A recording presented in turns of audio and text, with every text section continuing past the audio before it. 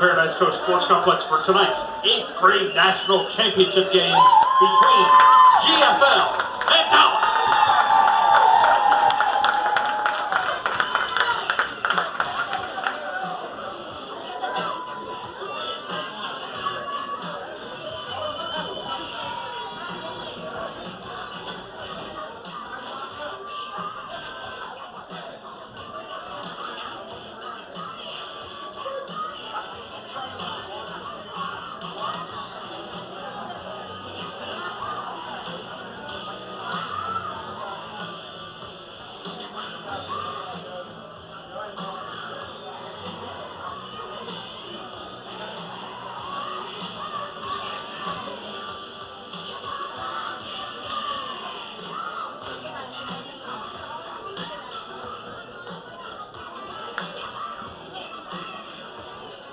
Three volunteers for the chain gang for this game. We need 3 volunteers to report to the field for the chain gang.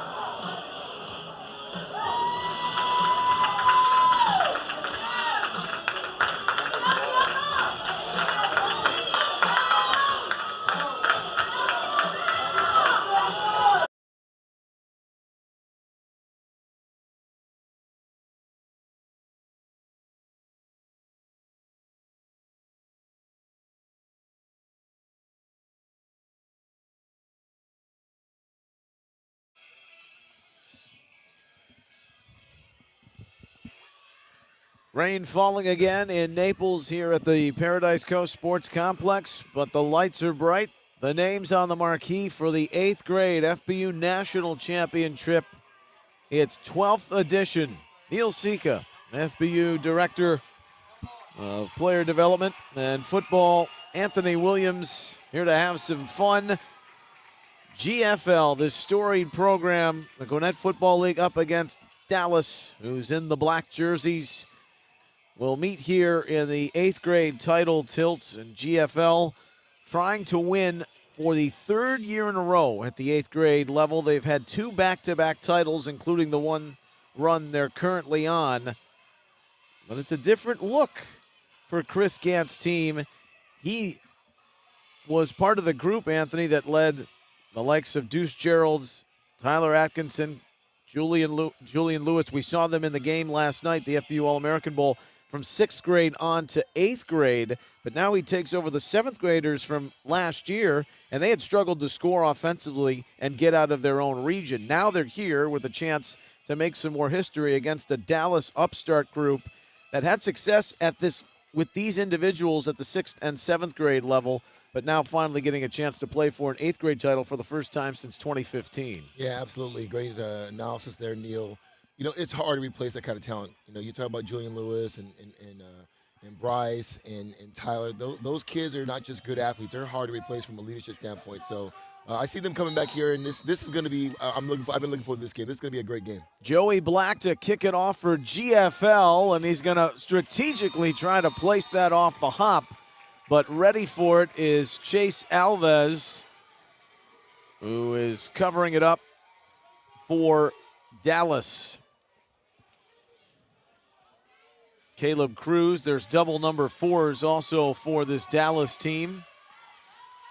And so they will start with the football, and they've got a kid who's been turning heads all tournament long.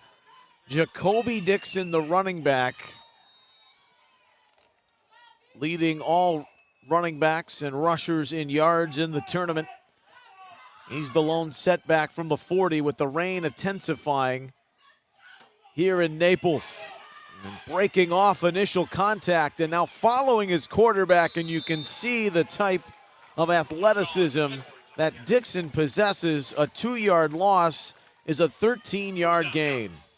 Dixon has tremendous vision, speed, and power. Imagine what we saw in the last game, Neil, with Christian Black, with another 10 or 15 pounds of muscle and more speed and maturity. You're about to be entertained by this young man who has put on a show in every game he's played in.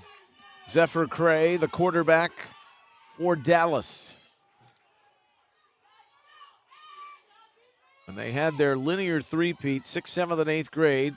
Like GFL accomplished last year, they were known as North Texas. Their 8th graders in 2015 beat GFL in the title game. This is Dixon again. Just repelling defenders like he's Bo Jackson in the opening carries. 13 more. Love the fact that Dixon is showing old school fundamentals here. Ball on the outside arm, inside arm being a sledgehammer straight arm, and taking a 4-yard gain into almost a 10-yard gain. 26 carries on 2 yards. 26 yards on 2 carries, pardon. The quarterback is Zephyr Cray.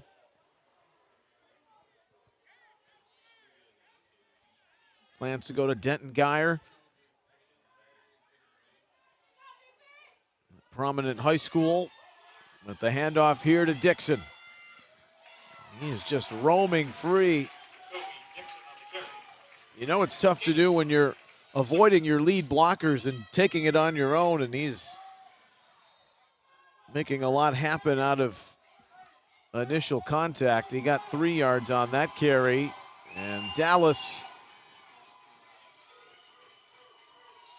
an exciting start, and they've got their fans into it too. Yeah, GFL just called a timeout because what they're seeing right now is these kids are seeing this kid's speed. They've been watching film. They've watched this kid play in the other games, in the quarterfinals, semifinals. Now they see that his speed is another level. Look for the coach, the DC, to make adjustments for GFL's defense because the play side guys are doing a great job, Neil. But when Dixon doesn't see a hole there, he's got the speed to get to the backside, and the backside guy is not there. So they've got to be very specific in their gap responsibility, and that backside guy's got to stay home to make sure that he doesn't make a big play coming backside.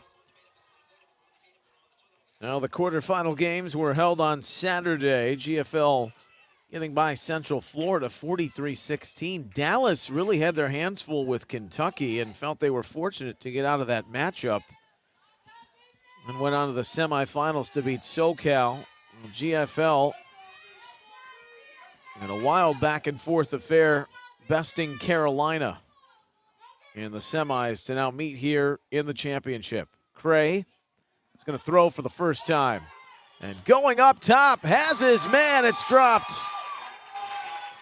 Trenton Yancey will take some time on top of that grassy knoll to think back at what could have been. And it's 3rd down. Great call, great pass. He's got to finish that play. At this level, in this big-time game here, you got to make that catch. I'm sure he'll make up for it here coming up soon, but a great pass by the quarterback there. Well, we say 8th grade, but this has always had the appeal of a varsity heavyweight title fight, hasn't it? Yes, absolutely. These matchups.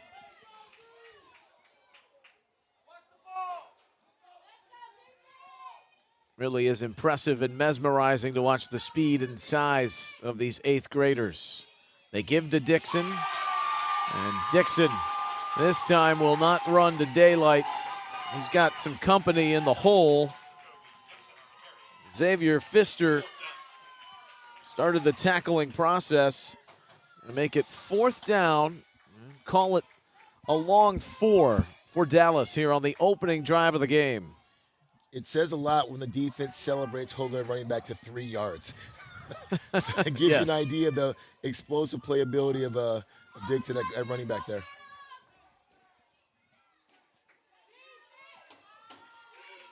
Dixon over 30 yards on his first 3 carries. The GFL fans make noise early with a steady rain that's been falling since opening kickoff.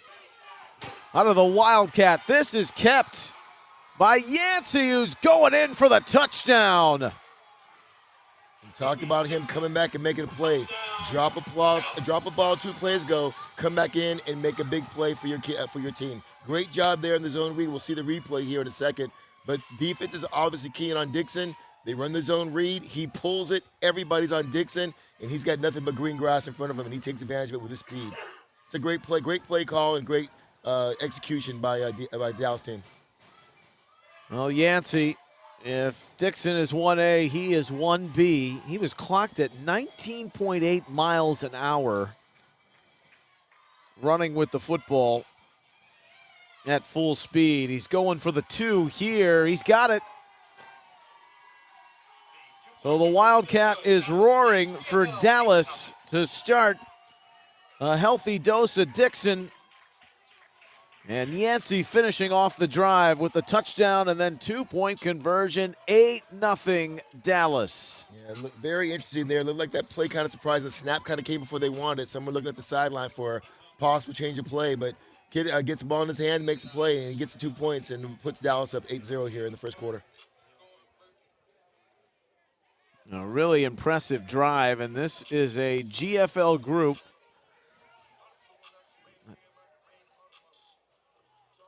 Maybe not cut the traditional mold of the last few years, but they've had some big adds. 18 returning players that come back from those who played at the 7th grade level last year.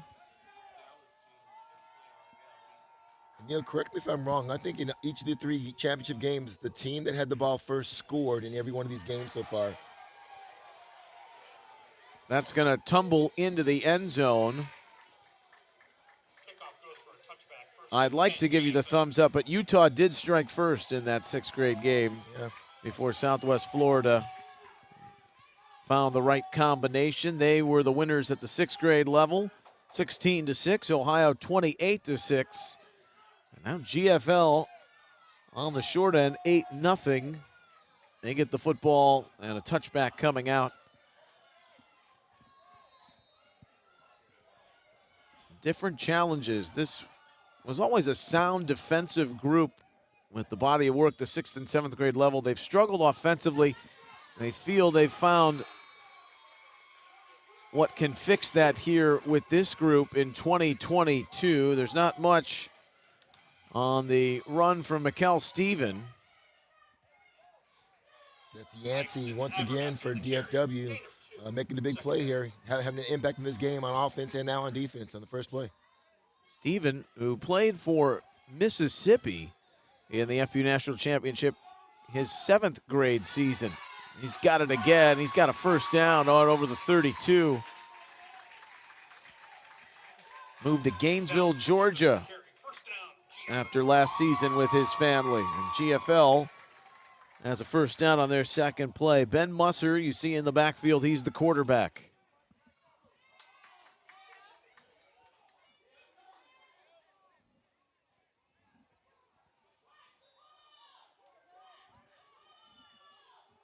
Showing some patience, getting him into the right play. There's Steven, looking to bounce it on the edge. And they're having trouble, much like GFL, to bring down Dixon. Bringing down the main back for GFL. There's Talon Martinez to wrap him up for the Dallas tackle. But it's 2nd and 1. Another great example to you young running backs out there. No dancing, no tiptoeing. You see a hole, put your foot in the dirt, get north and south, lower your pad level, and get as many yards you can. Stephen doing a great job of doing that right now. Musser, he's in the grasp. He's somehow eluding would-be tacklers. The first to try and start that process was Braylon Barnett. It's going to go for no gain and 3rd and 1.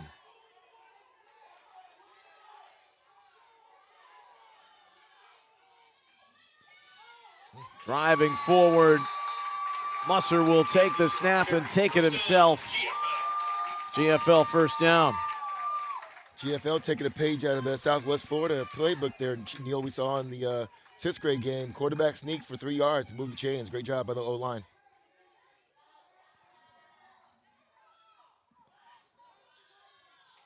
This Gwinnett Football League composition trying to bounce back and answer the opening score.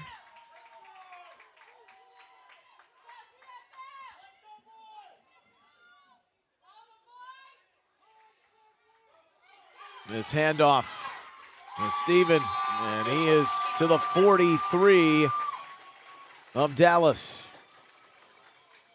First down,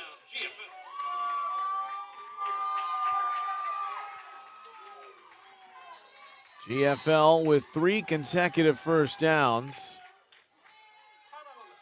Get a water break at the midpoint of this first quarter. 5:30 remaining. Here are the first, and GFL on the move, trying to answer the Dallas opening touchdown. 8-0 here at the 8th grade FBU National Championship.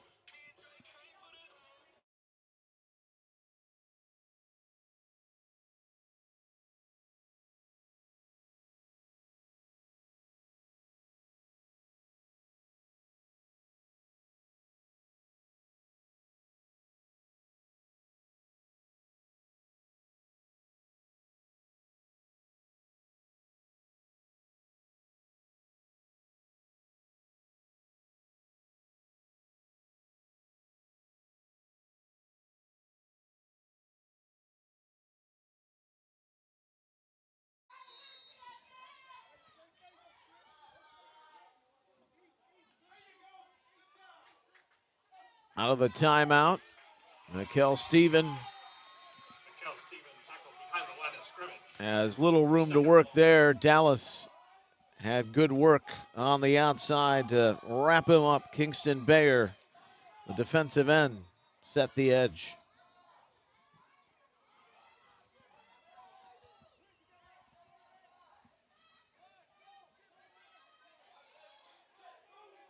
Traditionally a power football team that only throws when they need to. We've got some movement and motion. False start against GFL. GFL false start. But these conditions kind of play into the hands of what both teams want to do and let their star running backs handle the heavy load. Yeah, Neil, I'm interested in seeing if these two teams do differently from the previous two games. Just go with their main guy, just feed them and see what they do on the ball, running the ball on the ground.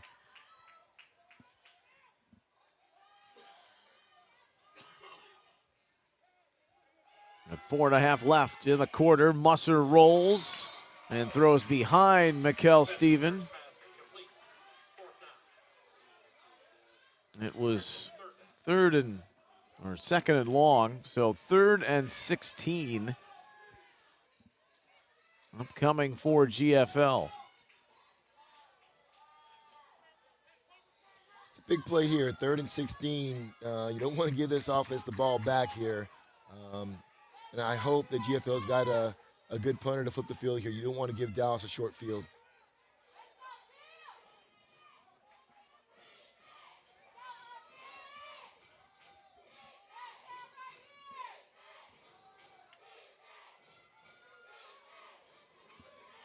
Looking over at the sideline for the play is Musser. They bring the blitz. They set up the screen. Running free down the near sideline and out for the first down. What a great call. Andrew Beard was a Player of the Year nominee for the FBU Youth Player of the Year. He's the nephew of Garrison Hurst. And such a dynamic player, and that was the right time to let him fly in that situation. Great play by Coach Dollar. Great play call. Got the screen going. It's wet. It's raining. You're throwing into the wind. Calls a great screenplay on that play. Rod Dollar, the offensive coordinator. They come back with a little counter. And Jace Lyle roams for more. He's down to the 15-yard line for GFL.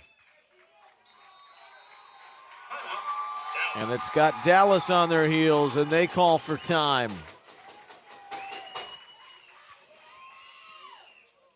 Strength versus strength, but the call there on 3rd and 16. Your friend, yet adversary last night in the All-American Bowl, Rod Dollar, is a real offensive guru, isn't he? And can put any team seemingly in the right situation and play call. Yeah, Rod does a great job on offense. He has a style to him. He has a methodology to his game plan, and he likes to run the ball, but he's creative in how he runs the ball and create passing plays for his team there. Like I said, with that screen, Rod loves the screen play in a lot of different varieties. He did that to set up the run. Now they're back in good conditions in the red zone trying to tie this game up.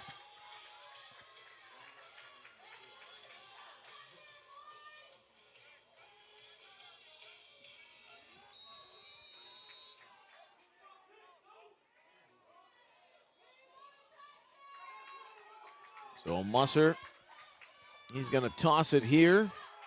Mikel Steven broke a tackle. There are flags as Steven breaks into the end zone. He doesn't recognize the laundry left in his wake. And it's going to come back most likely. Or so Dallas is pointing that way. And then whenever you see a flag at the point of attack, you're probably looking at a holding play. Let's see what they call here. While we're waiting, great run by Stefan there. Love the way he carries the ball, lowered his pads, and got in the end zone, second level.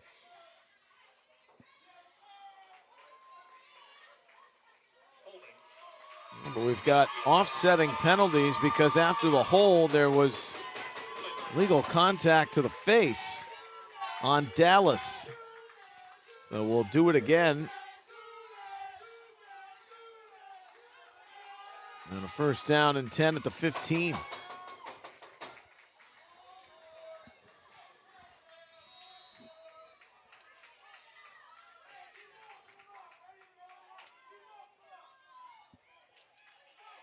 There's Mikel Steven with an opening.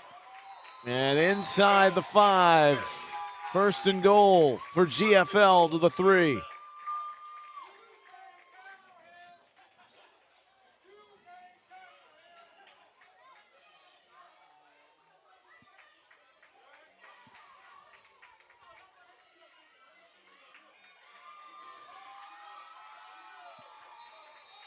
Signaling for a touchdown, GFL. They tried to go quickly. Musser, the quarterback, kept it, but he's going to be marked shy. They're in a hurry up here. Look for the same play here. They're going again. And it's the quarterback, Musser. Touchdown, GFL. Touchdown,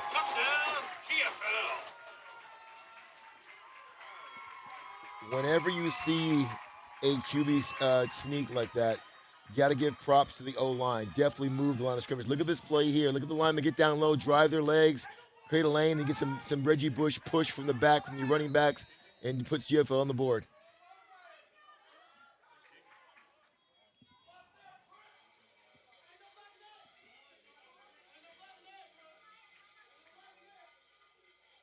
On for the extra point, Joey Black. It's good. GFL opts to kick the point. Opposed for going for 2, 8-7. And each team has scored on their lone possession. So a great start to this one in the 8th grade national championship. Yeah, we're seeing this new era of football where guys are going for 2 when they don't need to. I guess I'm old school, something like Rod. I'm only going to go for 2 when I have to go for 2. We're still in the first quarter. It's 8-7. You're going to play a lot more. No need to panic and put yourself down possibly 8-6. So great call by them, sticking to their game plan. Kick the ball off. Let's get field position. Let our defense go to work by GFL. I brought up your time with the 49ers. What surprises you most maybe about the game today, back when you were running around against Joe Montana, and how things have evolved? The game now is a little bit more spread out. I mean, before, if you didn't have big size, you couldn't play the game. And now you see these scat backs, guys that are smaller but have tremendous speed and quickness and explosion being part of the game. It's much more spread out. In my day, we played in the box. First, second down, you ran the ball. Third down, you passed the ball. Right now, these offenses now are just spreading all over the place. Really happy for my Niners and Brock Purdy, who's doing a great job filling in for Jimmy Garoppolo. And they're rolling right now 7 games in a row and looking to take that momentum to the playoffs. So very happy with the Niner organization and the job that John Lynch has done as GM. Yeah, they have really come along under Kyle Shanahan. Absolutely. Another short kick recovered by Caleb Cruz. They're going to give to Jacoby Dixon. Tough running inside for about 4 yards. They're late in the first quarter.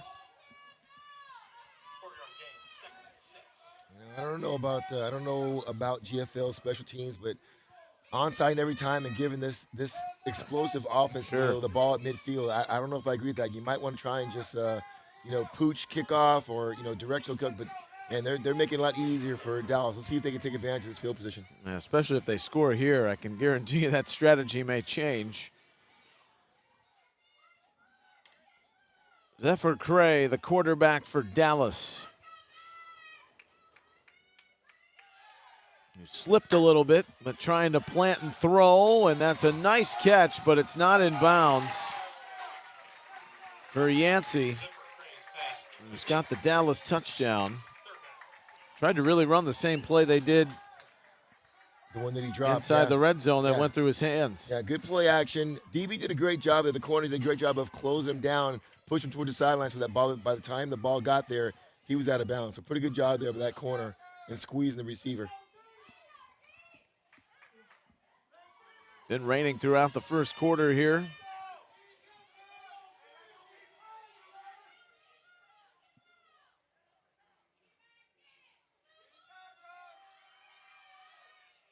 The hard count on 3rd and 6. The toss to Dixon. Got to the edge, got down the sideline in a blur. It won't matter as the flags came out, and it's coming back.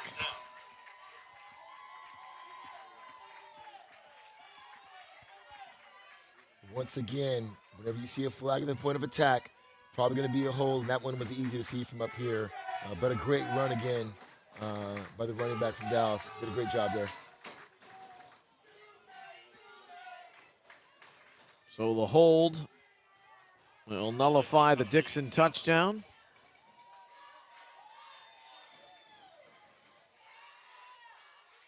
The other thing, that stood out on that play, even though it didn't count, was once Dixon got to the sideline, he had another gear or two and just left people. And this GFL team on defense has got some speed, but he's got next level speed. We'll have to keep an eye on that as he gets in open field. Yeah, if he gets to the second level, defenses are in trouble. Yep.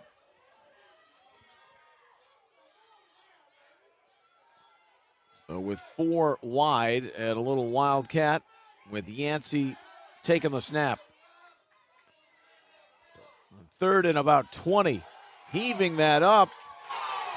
Legs got caught up, but they're going to throw the flag. I don't know if that would have been catchable in the end, but it sure is interesting. Jacob Bly was the intended target. Here's the thing right now. We only got 5 officials on the field.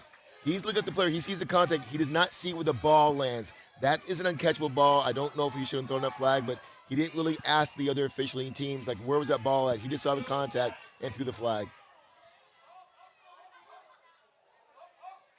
It was Andrew Beard who got caught up with Jacob Bly. Their dad is the head coach. Jacob and Isaac, the brothers.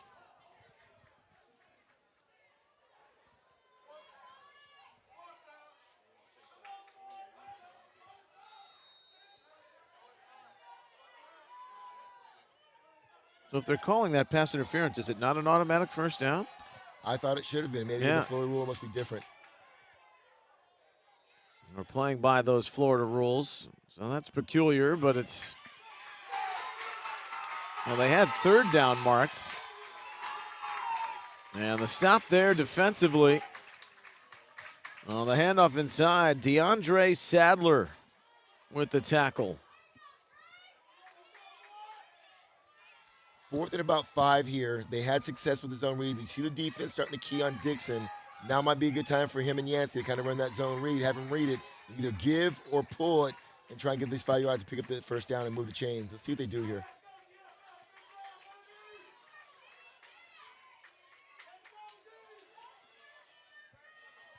It looks like Yancey's going out to receiver here. GFL's in a 1 high safety look.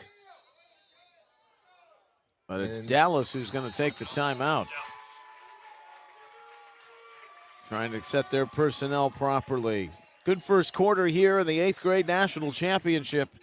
8-7 Dallas with a big fourth down here. A minute remaining in the opening 10 from Naples.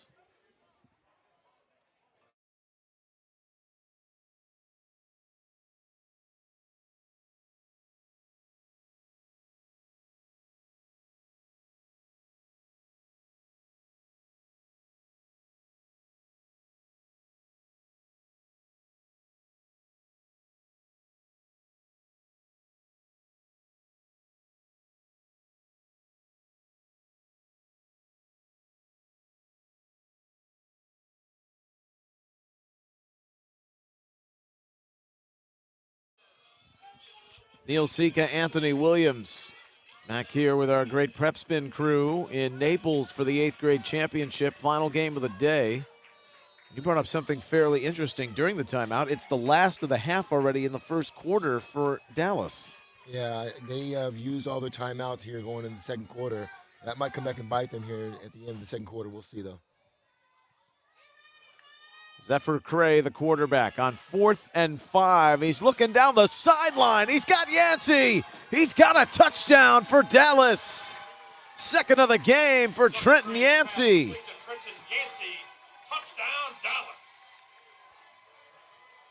Great play call here by Dallas. Actually had two guys open. Outside guy was going to run a slant, and the outside guy is going to run a vertical here. Quarterback sees it, gets rid of the ball early, and just lets his receiver run under. That's a great call, great pass, great catch. Good effort by the DB, but Yancey is starting to put his signature on this game early here in the first quarter. How about the arm on the quarterback, Cray? Yeah, and with Cray, the quarterback, it wasn't even so much of a strong arm. He got the ball, and he knew where he was going. He got rid of it quickly. So no pass rush wasn't an issue. Led his receiver to where he was going.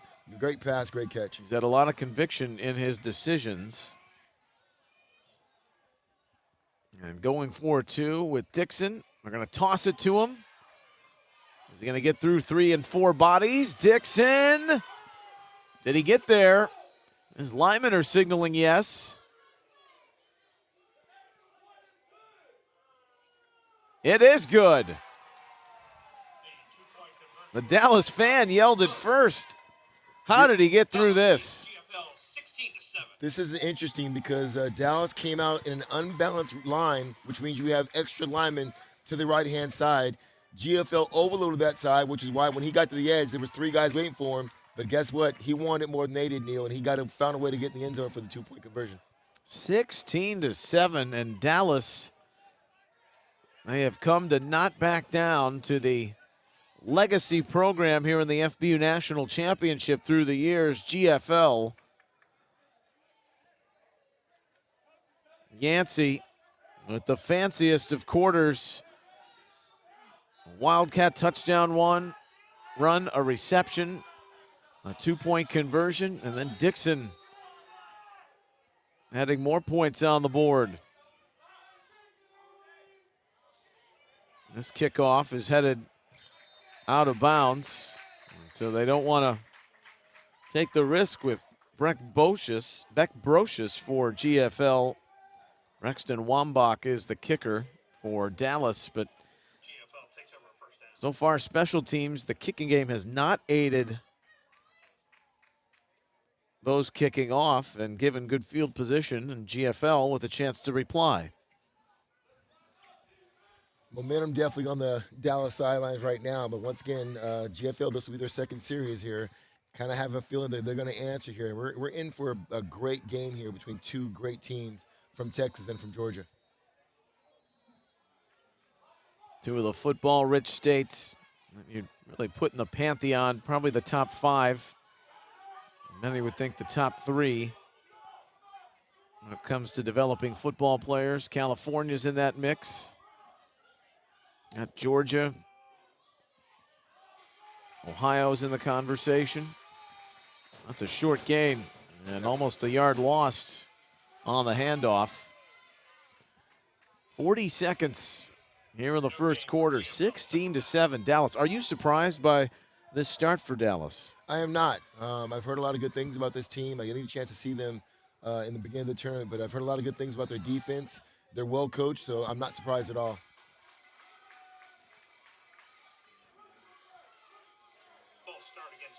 Got a GFL false start.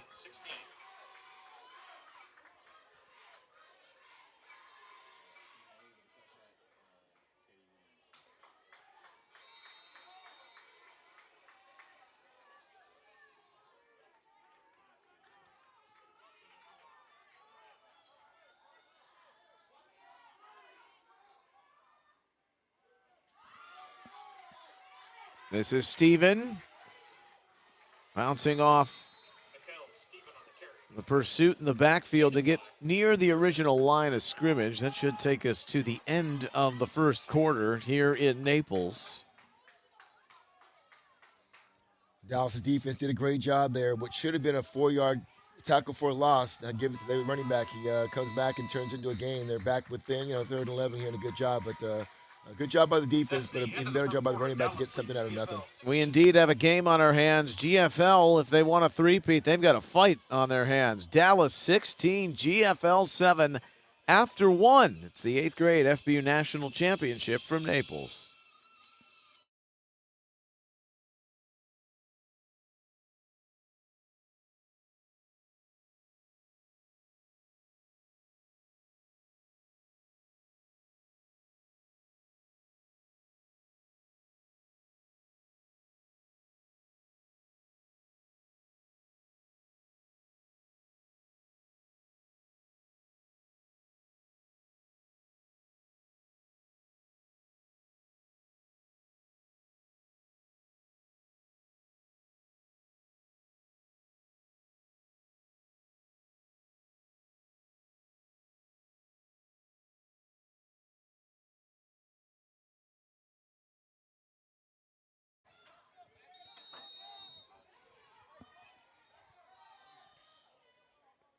(16-7) Dallas. We start the second quarter in Naples. And on 3rd and 11, it's going to be 3rd and a little closer. As jumping off was James Robertson. Here's my FBU coaching point. Young players out there, you got to watch the ball. You're playing D-line or D-end or outside linebacker. You're playing the game death. You're not listening to the quarterback, the cadence, hand claps. You are eyes on the ball. When the ball goes, you go. Wise words, but not always the easiest to follow, as we've seen plenty of those miscues through the years. That throw is off the mark, and it's not downfield. It was in the direction of Hudson Hill. And this is interesting. 4th and 6 on their half of the field, GFL. Neil, you watch a lot of football championships and games come down to field position here. And it'll be interesting to see how, GFL handles this. It looks like they're going to be going for it here. Big risk here on your minus 40-yard line. Well, they dialed up a big screen pass the last time out to Andrew Beard on a 3rd and 16, but a whole different set of circumstances right now. Quick punt. Quick kick, smart call. There's no returner back as Musser boots it away. Chris Gant would say, Neil, come on, give us credit. You've seen us play enough. We're fundamentally sound, and they make the smart play and flip the field. Back inside the 9, that's where Dallas will go to work for the 3rd time, but they're 2 for 2 with the football. Yeah, I think a lot of fans may watch the game wondering, hey, Anthony Neal, why didn't they just line up and punt it? It's 4th and 5. He said, hey, if we get them to jump offside, which they just did the play before, let's try and get them offside. If they don't, back my quarterback up, have a punt like that with no return. They flip the field, and now their defense can go to work here and try and get the ball back.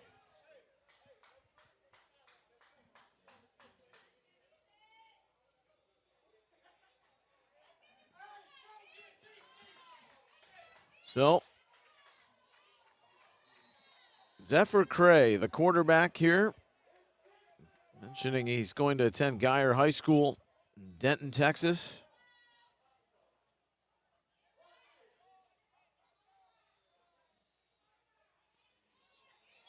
Going to toss off tackle for Jacoby Dixon.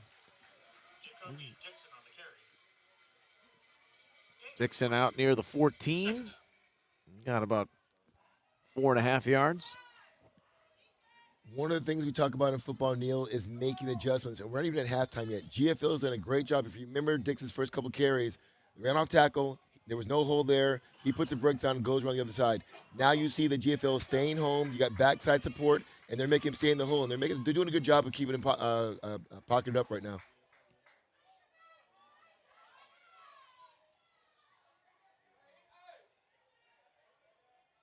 Zephyr Cray. Back for Dixon. Gonna get swallowed up in the middle. Well, the initial hit by DeAndre Sadler caused a lot of problems in opposition backfields through the tournament. He'll make it 3rd down, round 8 for Dallas here early in the second quarter.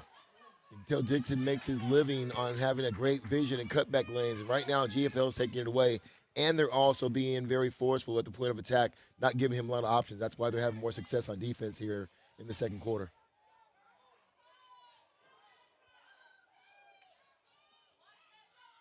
Dixon in the shadow of his own goal line. Play action. Cray. No one home. He's letting that rip with no receiver in the area. And he wasn't out of the pocket, so could this be grounding? GFL fans think so. Yep. I didn't see the flag put out there, but referee Fred Wass is saying it is. It's a loss of down. It's 4th down. And so that will back them up further. So the strategy by GFL, that great pooch kick, has flipped the field, and they're in position to really get something positive in plus territory out of this. Braxton Wambach in the end zone, had to pick that up off the turf. And it will be downed at the Dallas 40. Great example for you young coaches out there again. They could have went for it on 4th down, Neil, at the minus 40. They decided not to. They tried to get the offsides, punt it. They flip the field. Defense comes out, 3 and out, backs them up, and now they're going to get the ball back at the plus 40. That is what football is all about. For you young coaches, start working on your special teams if you want to become a more powerful team. Yeah, great ROI, return on investment in that series of decisions for GFL. Led by Chris Gantz. He is quickly approaching status. And that first belonged to Ken Burge, and winning 2 of the first 3 8th grade FBU national championships. Offsetting personal fouls. We'll have this stay right where it is at the 40. Ben Musser, a 1-yard QB sneak for the GFL touchdown that got them within a point. But the defense holds Dallas to a 3 and out for the first time, and now Mikkel Steven got 2 yards through all of that in the middle. Looks like Dallas' defense is starting to adjust to Mikkel's style of running. Also, they're doing a good job of keeping him more contained than they did in the first quarter. Defense is doing a good job of adjusting in game. There's Musser to throw. Down the middle, picked off. Intercepted by Jacob Bly. It wasn't fooled at all in coverage. In fact, Musser might have thought better if he had another look at what he was whipping it into. Yeah, unfortunately, he underthrew that ball. Safety did a good job being in position. Corners on top of it. Stared down the whole way. It's like taking candy from a baby right there. Great job by the safety. So Bly, who's been progressing each and every game, along with his brother, and athletic playmaker in the secondary. It's still a long field to go, though, for Dallas.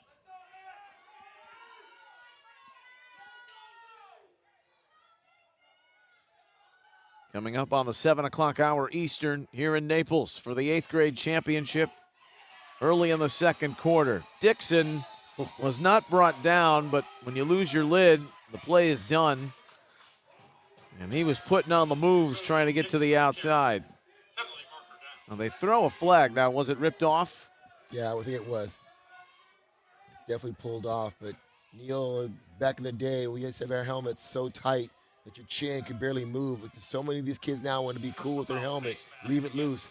If that had been a tight helmet, he would have ran 80 yards for a touchdown. Yeah, I'm with you. It is really amazing how they fall off with such ease nowadays. And that's at any level. You see it in the NFL. Absolutely. And believe me, the manufacturers, with all their focus on technology to prevent concussions, they're not building that way. Players are not tightening their chin strap. The chin strap is the key to safety with the helmet. So with the face mask and the personal foul, Chris Gant wants a little explanation, and the referee crew is over at the GFL sideline.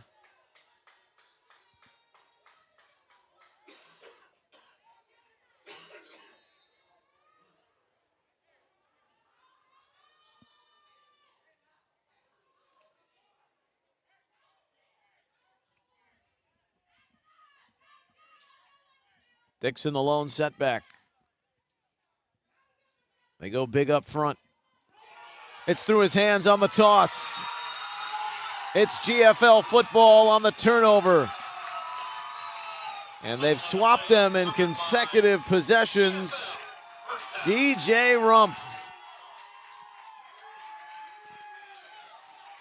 rumbling over to the sideline with the football. And it's a young man who played for Georgia Middle School at the 6th and 7th grade levels, and now has stepped into the GFL spotlight, coming over to their program, and he's got the first takeaway for the team in the light green. I don't know if we'll see the replay on this, but you can tell the quarterback and the running back were not on the same page. It was a toss play, toss left, but the running back was already coming downhill like it was off tackle, so the pitch came at him harder and quicker than he expected. Went right through his hands. So I don't think the quarterback and the running back were on the same page. And watch the replay here. Watch the firmness of the toss, and he's already coming upfield. Usually on a sweep, you're running parallel line of scrimmage because you're trying to get to the edge and then try and cut back. Looked like you want to go off tackle there. So a little bit of a mix-up there causes them a turnover, and now GFW's got the ball. GFL's got the ball in great field position.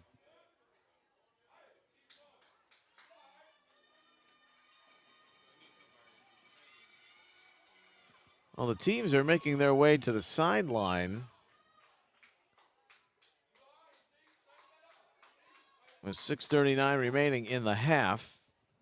Might just be a hydration break. We'll come back to Naples and get the second quarter back underway in a moment. 16-10 Dallas here from Southwest Florida.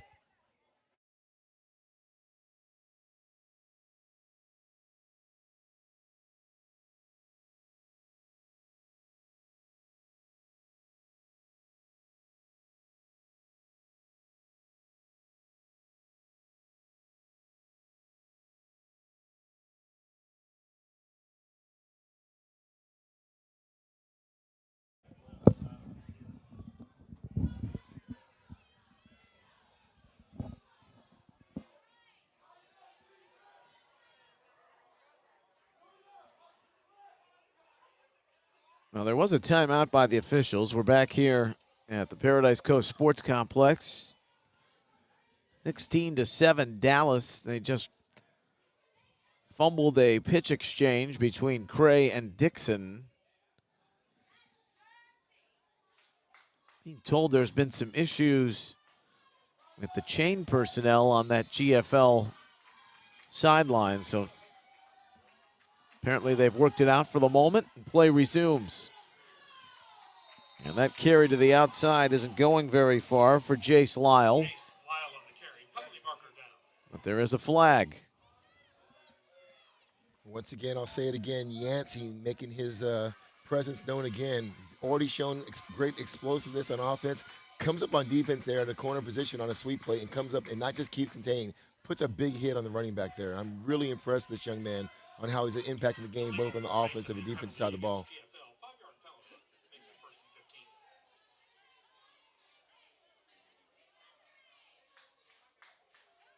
So it's 1st and 15 after the procedure penalty.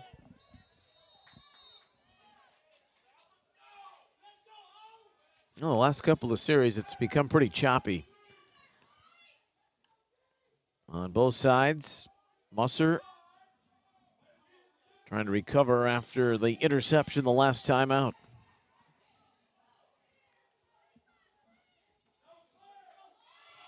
He's going to give, and this is going up the middle for next to nothing. Braylon Williams in there to stick the ball carrier. They call him beast mode. He's got a great Top Gun. He's had some dominant performances, the linebacker for Dallas. You see him there. Did a really good job stepping up in the hole here as he develops and goes through more camps. He will meet that instead of getting that hole for getting that tackle for a 2-yard gain. He'll meet that running back at the line of scrimmage and try and turn that into a TFL as he grows, gets more developed, and puts more muscle on. It's a great job by Williams there. No, they got him on the hard count again. That's the second time that's happened. That is a Rod Dollar staple right there. He is going to go on 2 and 3 if he has to get a free 5 yards. And it worked on us last night in the game, Neil, a couple times, as you saw. So that is a Rod Dollar thing. From 2nd and 13 to 2nd and 8. Musser comes near sideline. And it is a reception given. Kevin Hughes has the catch for GFL. He's a possession guy.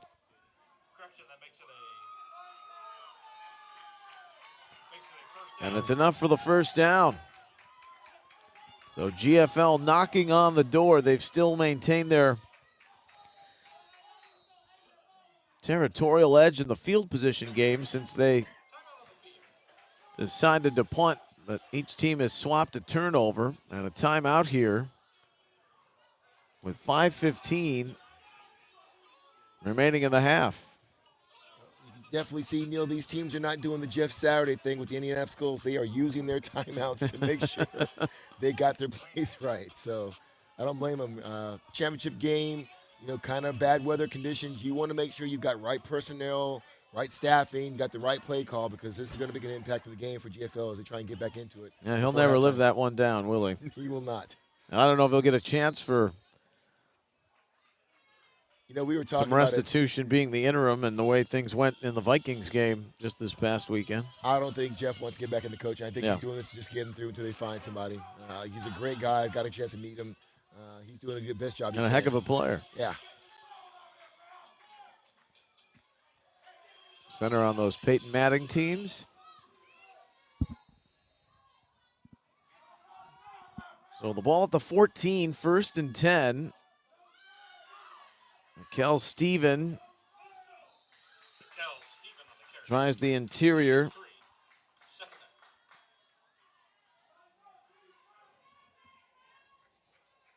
Talon Martinez was the one to make the tackle. There he is.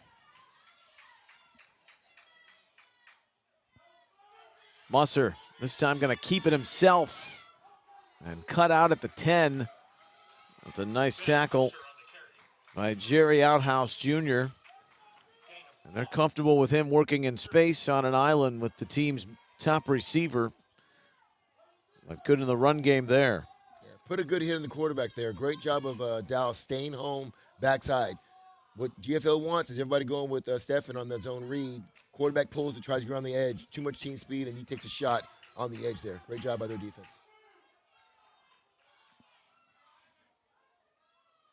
They can get a first down inside the 4. Musser, he's thrown down in the backfield.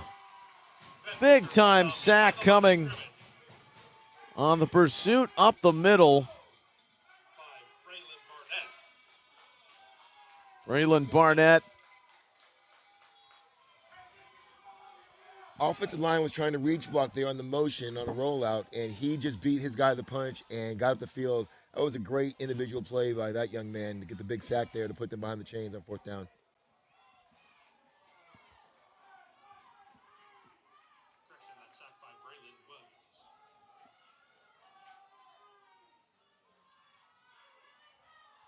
Braylon Williams had the sack, and that is thrown up for grabs on 4th down and falls incomplete. 4th down pass falls incomplete. Turnover on downs. 1st down. It's going back to Dallas and a turnover on downs. And for the second straight possession, an interception. And then after some advantageous field position, Dallas, the defense stiffens inside the red zone. Truly, truly impressed, Neil, with the Dallas defense in that series there. They were kind of on their heels a little bit, kind of called a timeout, kind of reset things, and definitely did a better job of putting a stop on GFL there. That's a great defensive stand by Dallas.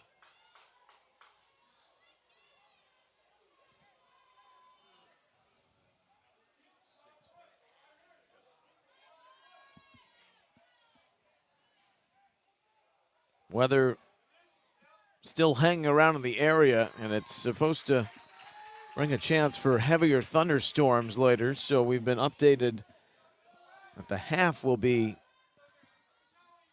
shortened to about 6 minutes.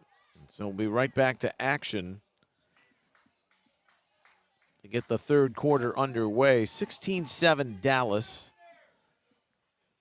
There's a flag lying on the near sideline here. Neil, it looks like the GFL defense is kind of saying, you know what, Dallas, okay, I'll take your car and I'll raise you on this. They're coming out and starting to set a presence for their defense also. This game is slowed down because the defenses are adjusting to the great running back play.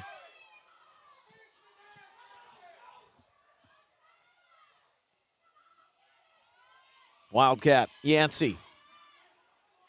Yancey runs into open field. Well, they've had success every time he's been in the backfield taking the snaps. 1st down, Dallas. The thing I'm impressed about with Yancey, I mentioned it earlier, when he gets the ball, I'm literally up here holding my breath like, ooh, what's he going to do? He is some type of explosive player. Somebody to definitely keep an eye on going forward. I know I am as the guy that picks the freshman All-American game. He is on my short list right now. He is very much impressing me right now with his playmaking ability. Well, there's plenty of talk about the unknown uprising from Jacoby Dixon, and he's been excellent, but Yancey has the big plays. He's got both touchdowns, too. This is Dixon for a couple. Lead is 9. That's important, those 2-point conversions, because it's a 2-possession game for Dallas. Marching here towards halftime.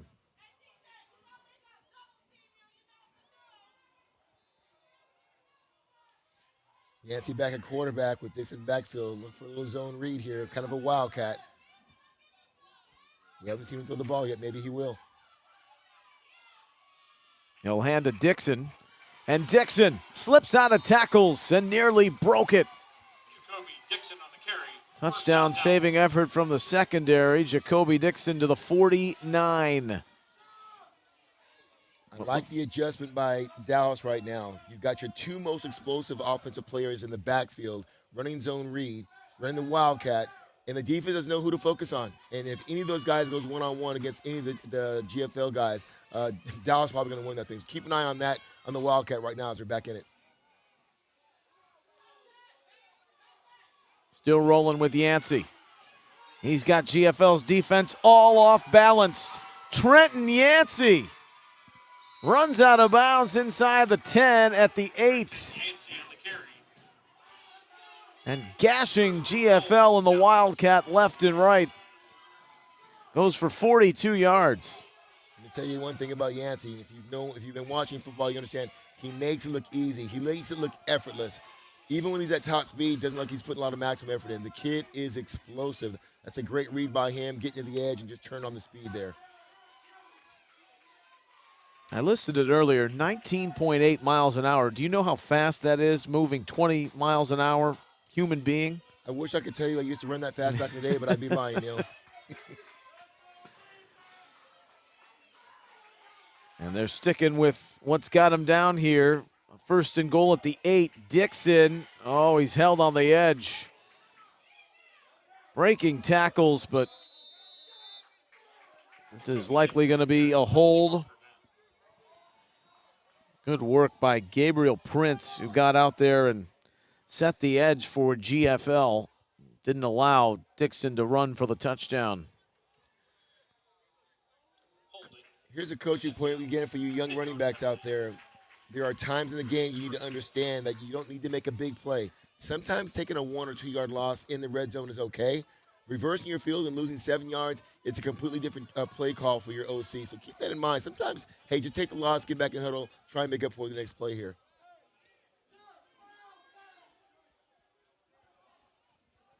And so, with 1:02 remaining, Yancey has a new backfield mate in this Wildcat. Throwing this, and it's caught. And a late hit is going to be given here after the slip. Braylon Barnett caught the ball, and falling on top of him was the man who just made the big stop in Gabriel Prince. He is furious. Almost right back to where this was on first and goal. Yeah, he slipped, but you gotta make that call. That's the rule. You gotta protect the player. The letter of the law. Absolutely. 43 seconds and the clock running.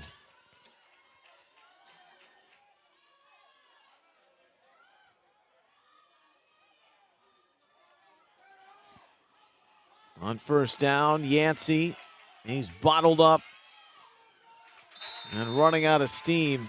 It's going to take a 5-yard loss.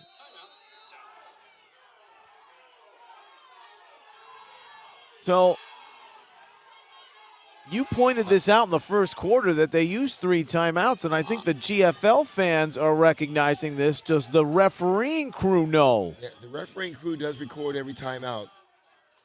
And it looks like I may have been wrong that I thought they had 1 left. GFL fans, though, were right in line with you, so that's interesting. Yeah. 23 seconds left here. Once again, Neil, we've seen it all day. Teams getting down to the red zone and then getting away from what got them there. I'd like to see them get back to using their 2 best weapons and going forward and not outside. With these last 2 plays of those 2 best players just kind of trying to find something, not going to work.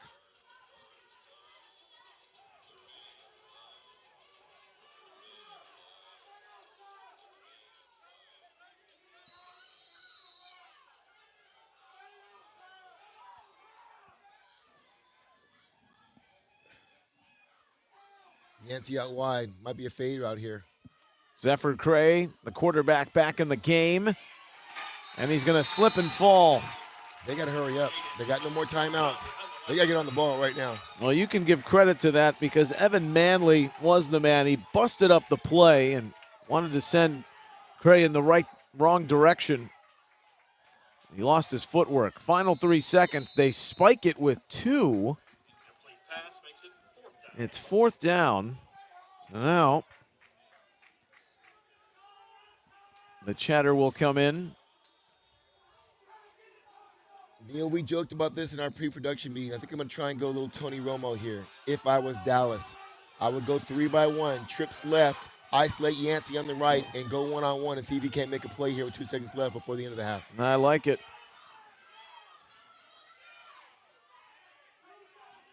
2 seconds remaining in the first half. 3 by 1, but 3 on the right. Yancey down here at the bottom, 1-on-1. Let's see what they do. Keep an eye on the near side of your screen. Now they had movement as Cray tossing it up for him, and he can't come up with it. But let's check this flag. Who moved early?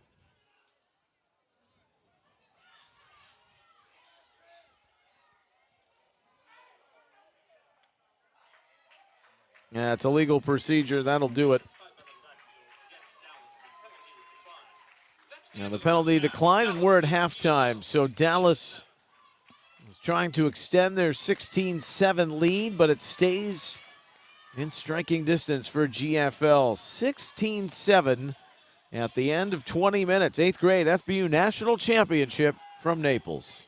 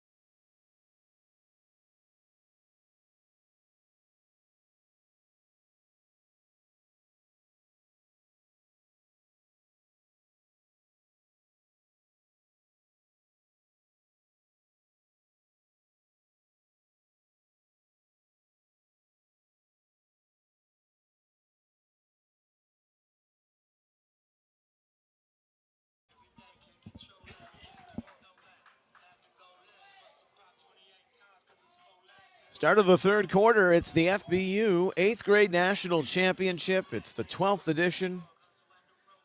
And for the 7th time in the 8th grade game, GFL, Gwinnett Football League, they are playing for a title, trying to win their 3rd in a row at this grade level, but they've got their hands full with Dallas. 16-7 is the score. GFL to receive a second half kick. Neil Sika, FBU Director of Football and Player Development. Anthony Williams having some fun. A rain-soaked affair. It's been raining from start to right now, and heavier weather is coming. So a quick break, and GFL right back out there. Dallas had a nice drive, maneuvering down the field, trying to add to the lead at the end of the half, Anthony, but they couldn't punch it in once they got to the red zone. Penalties and went in the other direction. Yeah, that, and I think they wish they had kept a couple of timeouts in their pocket towards the end there to get in the end zone. But real quick, at the top of the kickoff here, great difference in strategy on the kickoff mentality. You know, Dallas can kick the ball deep and let the defense play. GFL is onside every time they had a chance. So you see a little bit difference in the special team strategy here. And Mikel Steven looks like they're going to try and give Dallas a dose of their own medicine. With the Wildcat back there, or I should just say a quarterback change for the moment with Kareem Hewley. And he has played in a lot of the second halves of GFL's games, the quarterfinal and the semifinal down here with the leads they've had. And Neil, Mikel Steven just went out the game. He hasn't been as explosive as he was in the first quarter. I think he might have a little twinge of a hamstring or some type of injury. He just does not look as explosive as he did early in the game. We'll keep an eye on that. Hewley working here with Jace Lyle in the backfield. 2nd and 16, and Lyle is lunch for the big man, Braylon Johnson, busting through. No one was there to upend him. All 6'3", 280. Great play of that young man, getting off the block, using his hands, getting in the backfield, getting a big TFL tackle for a loss there for his team. Got GFL way behind the chains here on a long 3rd and 15. They go with 4 receivers. You see the trips on the near side. Keep an eye on Yancey. He's on the nickel here in the safety. Ball goes up, he will go get it. You need to be careful down here at the bottom. Hewley running away from a busted pocket, and is going to slide right around the 20. Need to get near the 22. Nice effort to try and pick up the first down, but will come out a little shy as Trenton Yancey was right there ready for him.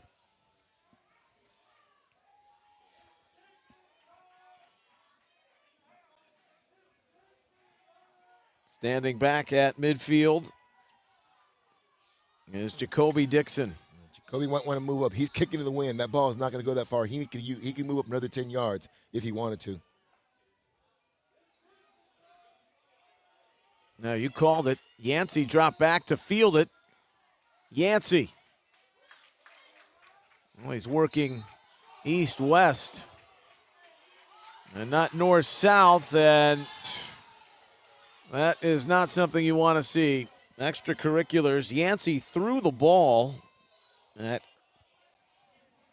GFL's Joshua Eccles, who gave him a shove while he was standing on the sideline. So here we go again. I'll say it again. Broken record. Dallas is going to have the ball 1st and 10 at the plus 40, and now they're going to have the ball probably 1st and 20 back at the 50-yard line or more. Young guys, don't hurt your team by being selfish. There's no need to throw the ball. The game has ebbs, up and downs. You have to adjust. You got to put your team first over your own ego and pride and not hurt your team there. And unfortunately, Yancey's had a great game, but that play is something he'll wish he had back.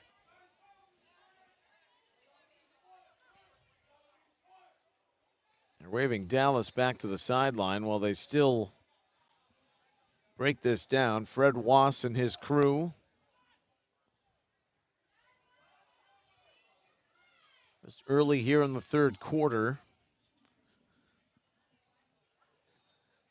Keeping a running tab, right, of the yardage and who was involved.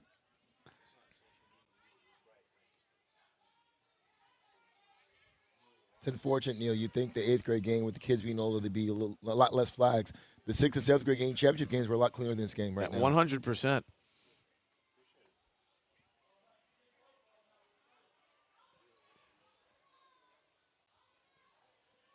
This has fit the bill of the weather we've had here in Naples.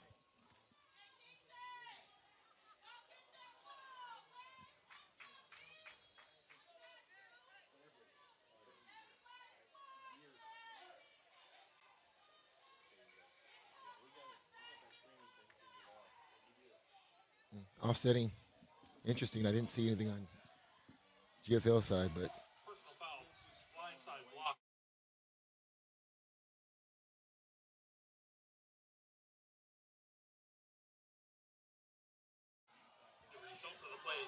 so it's offsetting penalties after the play, like we suspected. But I'm guessing there was an additional one here for Dallas, which is why it's going back to their own 45. interesting.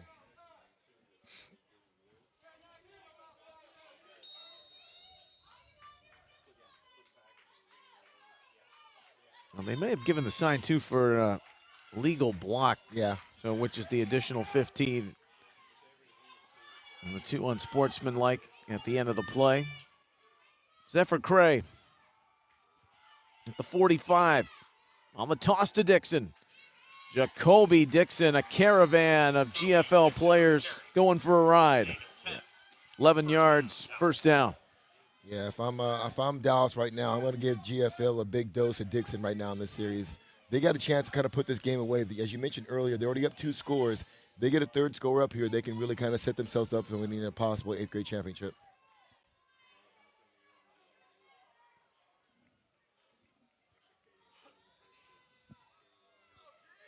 They set the tone on that opening drive, and even though GFL answered, the gusto of Dallas with their 2-point conversion calls, and it made the bigger plays so far here in this 8th grade championship. Dixon is going to take a respite out by the bench, and he's coming right back toward the tunnel in some pain. Oh, Jacoby Dixon. Tell you, Andrew Beard, the corner for GFL, made a great play on that.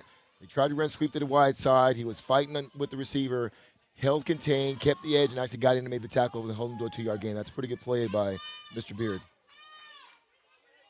That's your player of the year, youth football player of the year nominee, which was awarded last night. So no Dixon.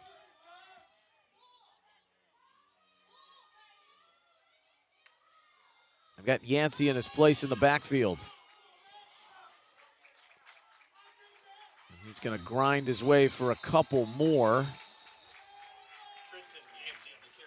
And with some heavy tackling on the inside, Beck Brocious, Xavier Pfister for GFL to make the stop. Dallas showing that they have great riches in depth on this team. Your number 1 running back goes down, Dixon. Oh, by the way, we got Yancey back here who can also make plays. They're very deep there in their skill positions here. Hopefully Dixon's going to be okay.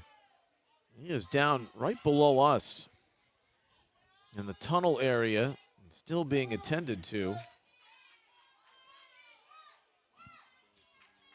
I don't want to say it looked innocent enough, but he made his way through a massive humanity, both on his sideline and through the GFL defense. 3rd down and 7.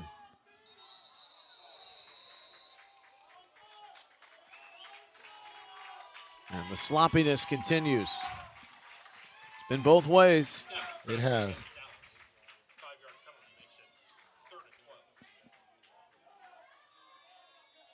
Well, the way this game started, the opening 2 drives, you'd put in a time capsule. I think you might cipher off the rest of it. Yeah. Sans the Yancey touchdown. And a lot of in between of black and blue ball here. 3rd and 12. Zephyr Cray with the pocket breaking down. Gonna run it himself. And out near the GFL bench. I'm gonna say he stepped out at the 42, so only a gain of 4.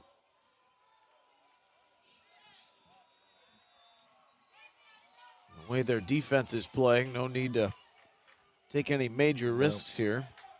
Flip the field right now. Let your defense go to work. Pin them down inside the 20-yard line, go to work. Run clock, play defense. Braxton Wambach is the punter. He's standing at his own 45-yard line. Wambach. Oh, this is a good-looking punt. Wow. What masterful execution on special teams by Dallas. GFL pinned at the 1, where they will start when play resumes out of the timeout with 4:57 remaining in the 3rd. A team from North Texas, Dallas 16, GFL 7, here in the 8th grade championship.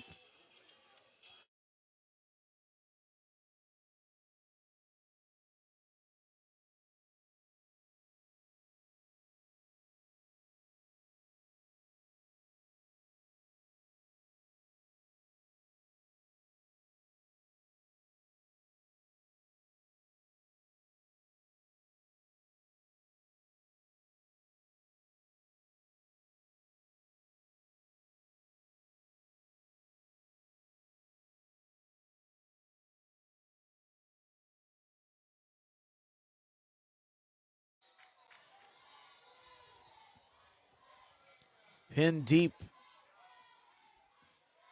right down the boundary of their own end zone. GFL to start. Just trying to find a little bit of room to work with. Even though this tackle in the end zone, forward progress will give that about a yard for Hewley. Kareem Hewley is getting his 2nd series now after Ben Musser started the game. Yet another good example. Special teams. Dallas decides to punt it, gets a great punt, rolls down. They have great coverage, pins them down the 1-yard line here. Where do they stop them or not here? They're probably going to get the ball back in a really good position. Dixon is up for Dallas, the running back, looking like he's getting a tape job around the hand or forearm. Hewley in trouble. Got it away, and there's a man open. Unaccounted for on the outside. Kevin Hughes for a first down. That is a big-time throw out of the end zone for a first down. We were just talking about field position here. Being on the 1-yard line and being on the 12-yard line is 2 totally different worlds as a play caller. Great job by that quarterback to move the chains. Big-time call under duress. Big-time play for Hewley to find his possession man, Kevin Hughes. Well, could you just imagine GFL if they can concoct a 99-yard drive here to make it a 1-possession game again? We're getting late here in the 3rd quarter.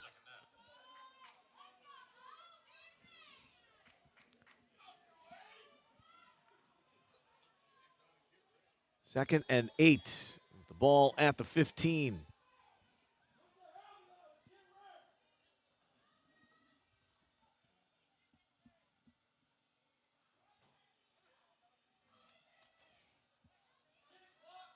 Hewley taking his time. Going to hit 3 minutes, though, on this snap. Feels the rush and just throws it away. He is out of the pocket. 3rd down.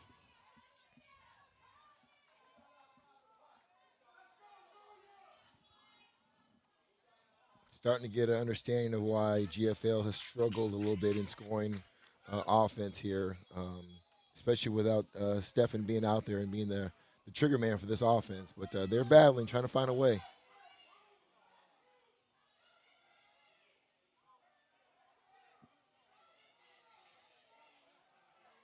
Question lies in what you ratchet up if you're Rod Dollar, the offensive coordinator.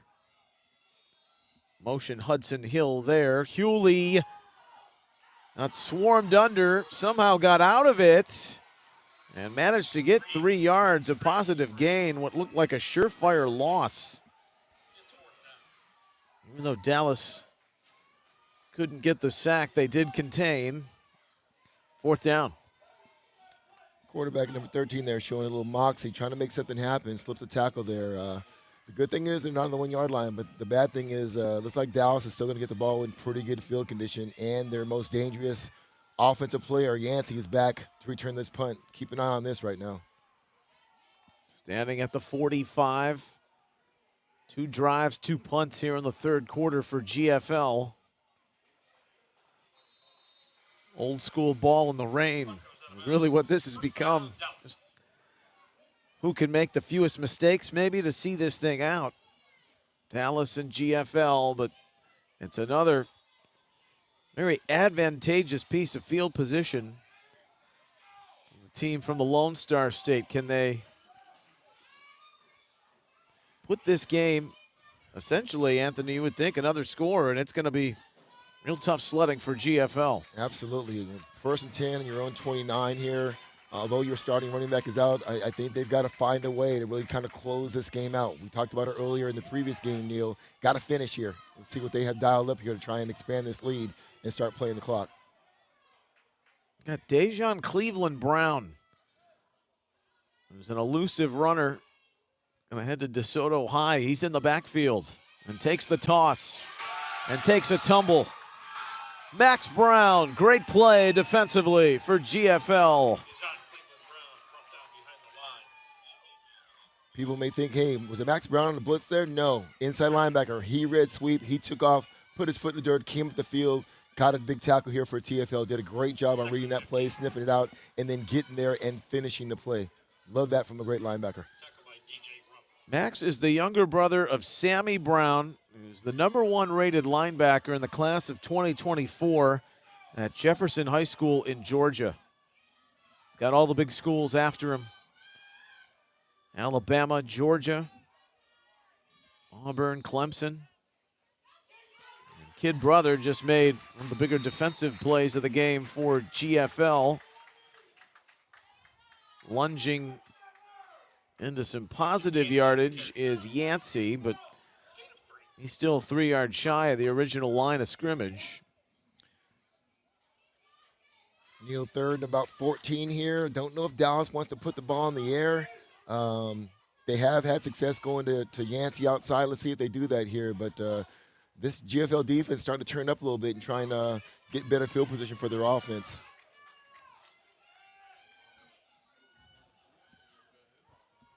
Third and 13. Zephyr Cray,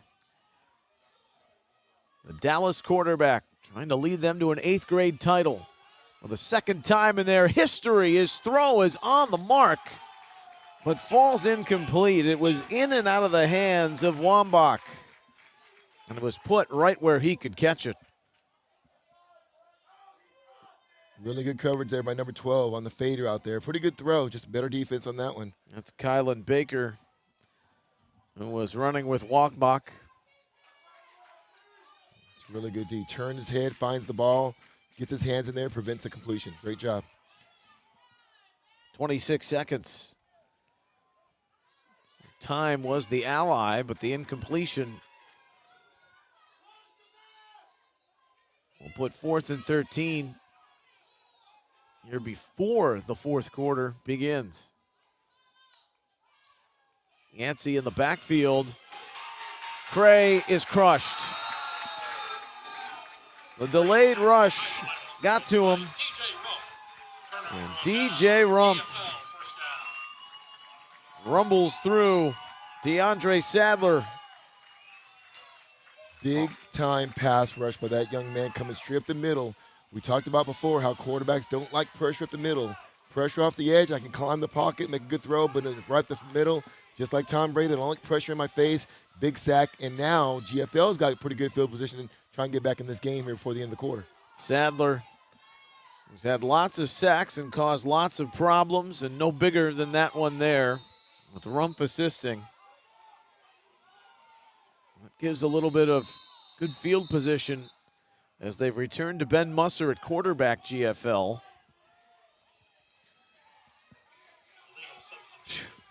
Well, these are errors that you usually account for the first day of practice or maybe the first game of the tournament. Well, and to these teams, and for those watching, these teams haven't been playing all fall. They were put together here in the last month or so of practice. They had tryouts. They picked their teams. There was a certain time frame they could practice.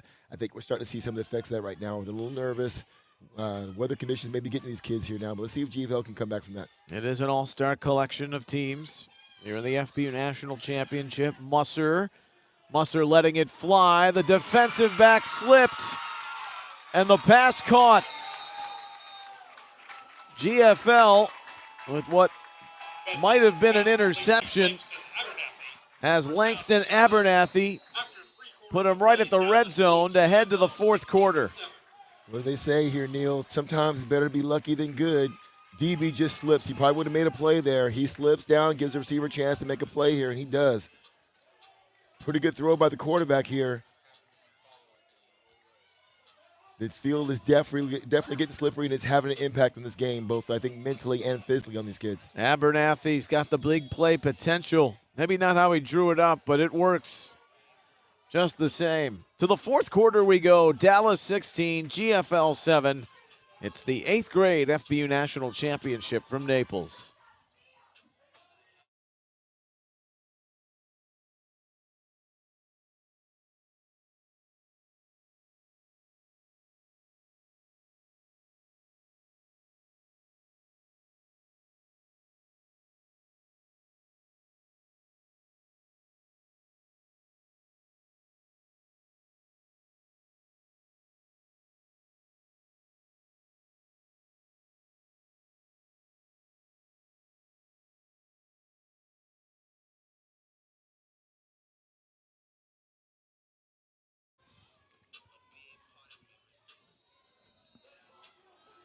After the big pass play of 48 yards, it takes it to the 20 of Dallas to start the fourth quarter. And a jet sweep for Hudson Hill, who maybe got 1 yard for GFL, who hasn't shown the big play ability for much of today. And Mikel Stevens been limited, Anthony, over the latter two quarters outside of the first, but all they need is one little bit of a lifeline. They can find themselves right back within striking distance, down 2 possessions. Yep. Musser throws. It's incomplete. Wanted Abernathy, the man he just connected with, but that's Jerry Outhouse getting over to be in the way at the last second, the defensive back for Dallas. Something's definitely off GFL. That's 2 plays in a row now. Stephan hasn't touched the ball. He was a blocker in that play. He didn't touch the ball the first play. He's not limping. There's something not right about him. But once again, I think they will try and give him the ball here. All he needs is one big play to get their team back into it. Former Mississippi resident on the Mississippi 7th grade team. They're bluffing the rush, but they're towing the line a little bit too far, Dallas. So you went from 3rd and 9 to 3rd and 4 if you're GFL. I know we just started the fourth quarter, but this is a critical possession now for GFL. You're at the 10-yard line, 15-yard line. You've got to take advantage. You want to get back in this game. Their touchdown came late in the first quarter on their opening drive, responding to Dallas's score. Bouncing it to the outside. Here is Beard. Beard made that first man miss. There was an opportunity in the backfield. You know, as a former defensive coordinator, you're usually thinking short side. They're not. They're going to try to attack the wide side. Typical Coach Dollar. He runs a sweep from the short side, picks up a big gain, and puts his team in first and goal at the 5-yard line.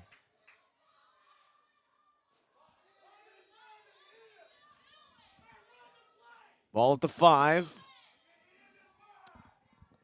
Musser with Beard in the backfield. It's Musser to keep. And Musser, his second touchdown in the championship. And GFL within 3 at 16-13. Another nice call by Coach Dollar. Comes out in the zone read again. Uses Stephen, who's, I think, not himself, maybe have a slight injury, as a decoy. Quarterback pulls it, runs his own read, runs up the middle, and scores a touchdown. They score a touchdown without their best player touching the ball. Great job by Rod and the staff and the offense kids on that team. Joey Black is going to take the extra point. So it's back to a one-possession game. And Black bangs it through. 16-14 Dallas.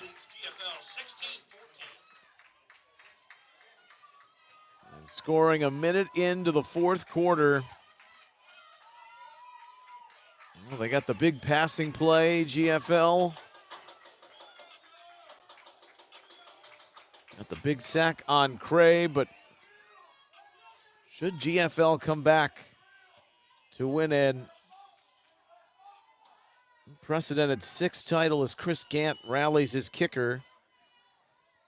You look at Dallas, Anthony, in that third quarter, they had the ball at the 40 and the 45 in plus territory to start, and boy, would they rue the waste of that field position if they should not walk away victorious in this 8th grade game. Yeah, this next possession is going to be key for Dallas, even though there's 9 minutes left. Be interested to see if Dixon gets back in here to try and get his team going here on offense. He departed on the last drive. A squib kick that's free. GFL claiming they have it, but it spilled out of bounds. You could see the disappointment with Chris Gann. He removed his headset, and there was a clear look at an opportunity to recover for GFL. Goes through 2 players, definitely touched.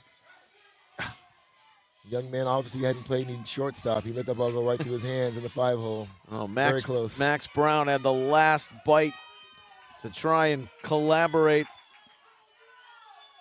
Ian Chafin also was there. But neither could come up with the ball.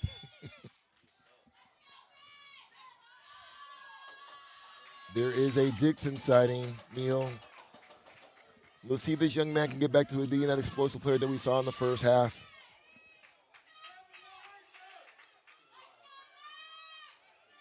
Well, you've followed along the FBU National Championship for years. You know to never count out GFL. But Dixon is back, and Dixon is dancing all the way down the sideline to the 30.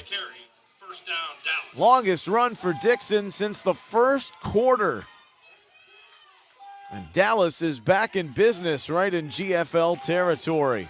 Don't know what that injury was, but he looked pretty explosive right there after a bad snap. Good job by Yancey keeping that thing from going over their head, getting the handoff, and then Dixon doing his thing to change the field here. That's a great point.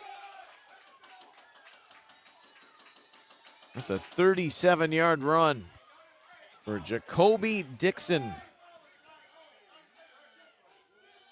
who grew up in between Houston and Dallas. They're reaping the spoils as he bounces off another. Slip and slides his way down to the 16-yard line. I think Dixon is feeling it, and I just heard one of the fans say, it's Dixon time. Yeah, feed that young man right now. Keep that momentum going. Keep doing what you did to get down here.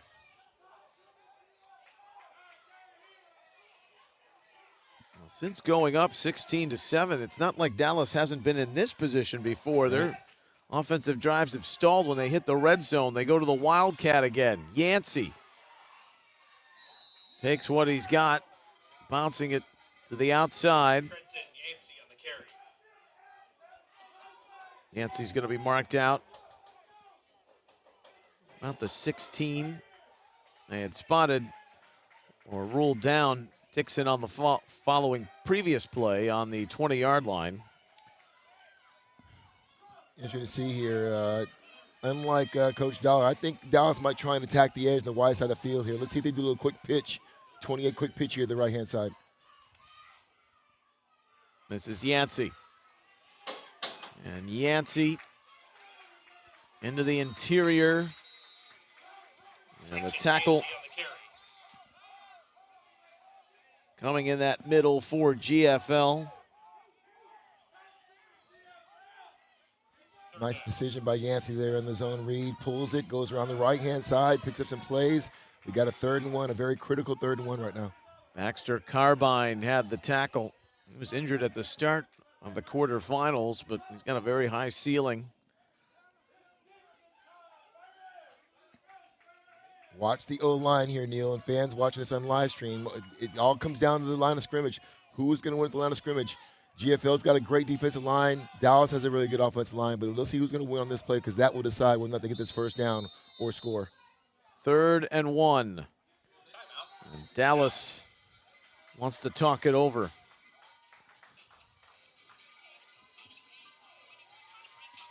Wipe the sweat off the eyebrow, or is that just the perspiration from the rain?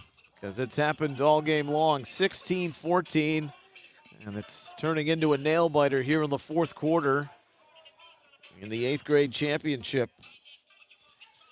Last time they got down here, Neil, Dallas decided to kind of try and go outside. They tried to go outside on 2 plays. They got blown up.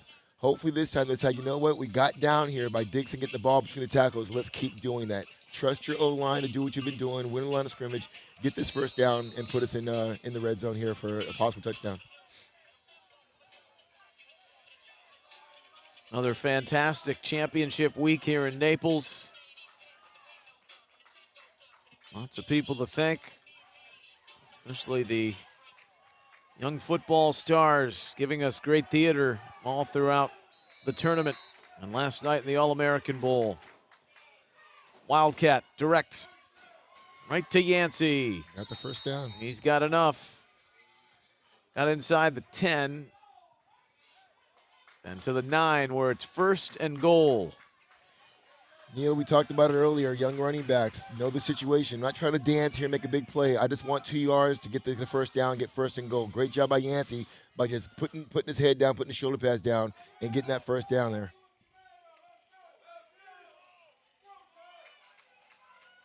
Yancey's going to bring the play in. Trenton Yancey with 2 touchdowns in the game. 1 rushing, 1 receiving. He's shown how elusive he is, taking snaps in the Wildcat. And he's got Dixon. They almost weren't ready for it. Speed. On a broken play, Yancey will keep it himself. Wow. Don't call him Trenton. Call him TD for his 3rd score of the championship. And Dallas answers the GFL touchdown. Neil, that was so close to being a bad snap again. They weren't paying attention. Once again, Yancey being an athlete, has done this entire drive. Keeps the ball in his hands. Broken play, no problem. I got speed, you don't. Let me take around the edge and put my team up. 9-yard touchdown run. He's had 1 from 16 yards. A 20-yard reception for a score. They'll play for 2. It's a direct snap to Dixon. And Dixon didn't get there. Big play in the hole with the tackle by Beard.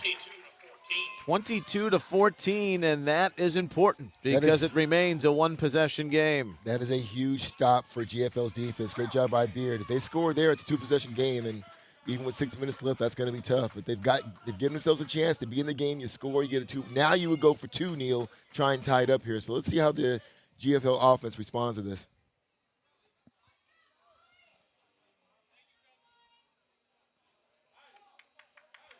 Very closely contested.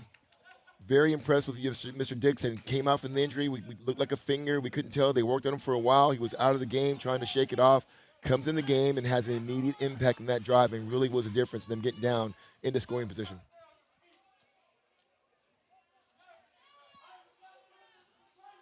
6:40, plenty of time. 8-point Dallas lead. They've led the entire game.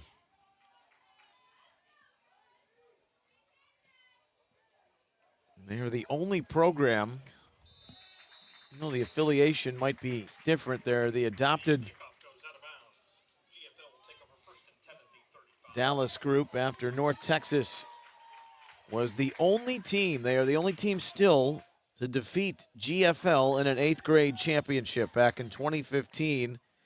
They're trying to do it again, but they've given up a good dose of the field here with the kick out of bounds, and that's been a problem for them all game long. That North Texas team was so talented. I remember that run they had. They won it at 6th, they won it at 7th, and they won it at 8th, and a lot of those players— which wasn't duplicated until last year, and Chris Gant led the GFL group to that same mark. A lot of those players are playing on Saturday right now in a lot of different schools, especially Jay Jackson playing for Utah had a big part in their big Pac-12 champion game. Yep.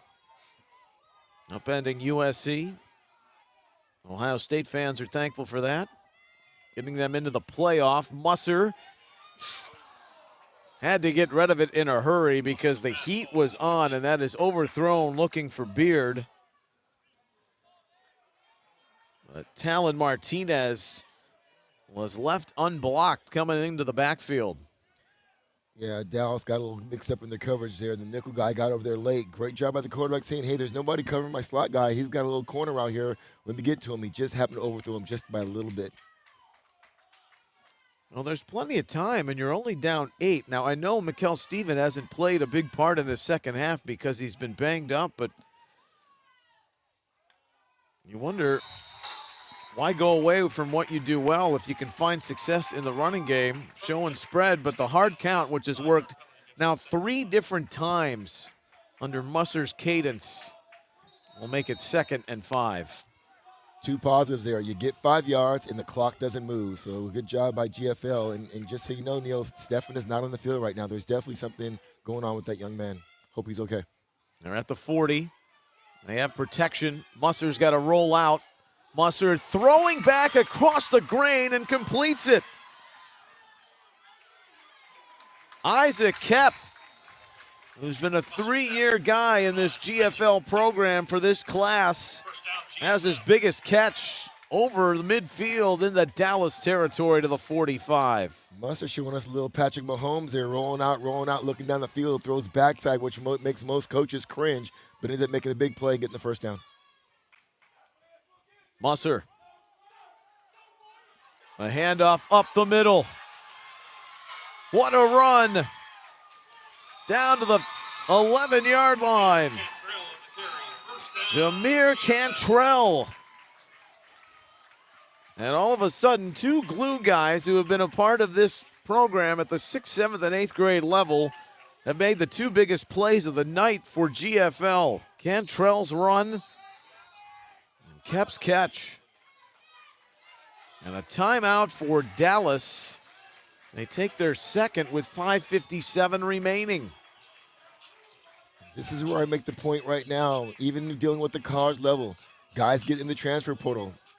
Starting running back goes down. Next man up. You can't do that if you keep bouncing around to different schools, guys. Football is a physical contact sport, and there are going to be guys going down with an ankle, whatever. That's when you get your opportunity to shine. Next man up. Let's please, young players, remember that. There's no need to bounce around the leagues. There are no guarantees. You either can play or you can't play. It's a great job by Cantrell. They're making a big play. It was 16-7 Dallas for the majority of the 3rd quarter. That was the score at the half. Countless opportunities where they could have taken advantage of short fields. They did not. Meanwhile, GFL, in that 3rd quarter, it felt like they were playing inside their own 10-yard line for the entirety of it, but found success in the waning minutes. Scored to open the 4th. Dallas answering but not converting a 2 for the first time tonight has made this an 8-point game. GFL is right back down the field, and Cantrell is marching more and more toward the goal line. Did the ball come out? It's on the deck. It's Dallas ball. A cataclysmic turnover with 5:41 remaining. Defense came up big here. We're looking at the replay right now. He's trying to separate. There's 3 guys, and you can see the defense. One of the defenders just trying to get the ball out of there. And I think it's number 12. Number 12 spins it out of there. Does a great job. Looks like Jacob Bly again making a big play for his team right at the goal line for his defense. The son of the coach, Jacob Bly, with the biggest play of the night. Cantrell was inches away from putting GFL within 1. Can't fault Cantrell here. Look at the effort. Making guys miss, gets to the goal line, feet down, lowers. He's driving his legs. I mean, this is where you need to worry about ball security here. I can't fault that kid. He wants to get in the end zone and help his team out. And Dallas does a good job of getting it out of there. Well, turnovers have played a big part on the GFL side. They've given it away now, including the 2 turnover on downs. That's 4 turnovers here tonight. Well, I think the GFL fans and the players and the team take a deep breath. It's still 5:41 left. I mean, that's unfortunate. There's plenty of time. The way this defense has been going and what offense showed without their number 1 offensive playmaker in that last series should give them some hope that, hey, defense, go out there, get us a 3 and out, get the ball back, and we're still going to have a chance to tie this game up. Now, it is vital, Anthony. They maintain their gap assignments if they're going to deal with a running back like Jacoby Dixon, because he's 1 move away from making misery here. Yeah, Dixon and Yancey are one play away, one slip, 1 missed tackle. We'll see what they do here.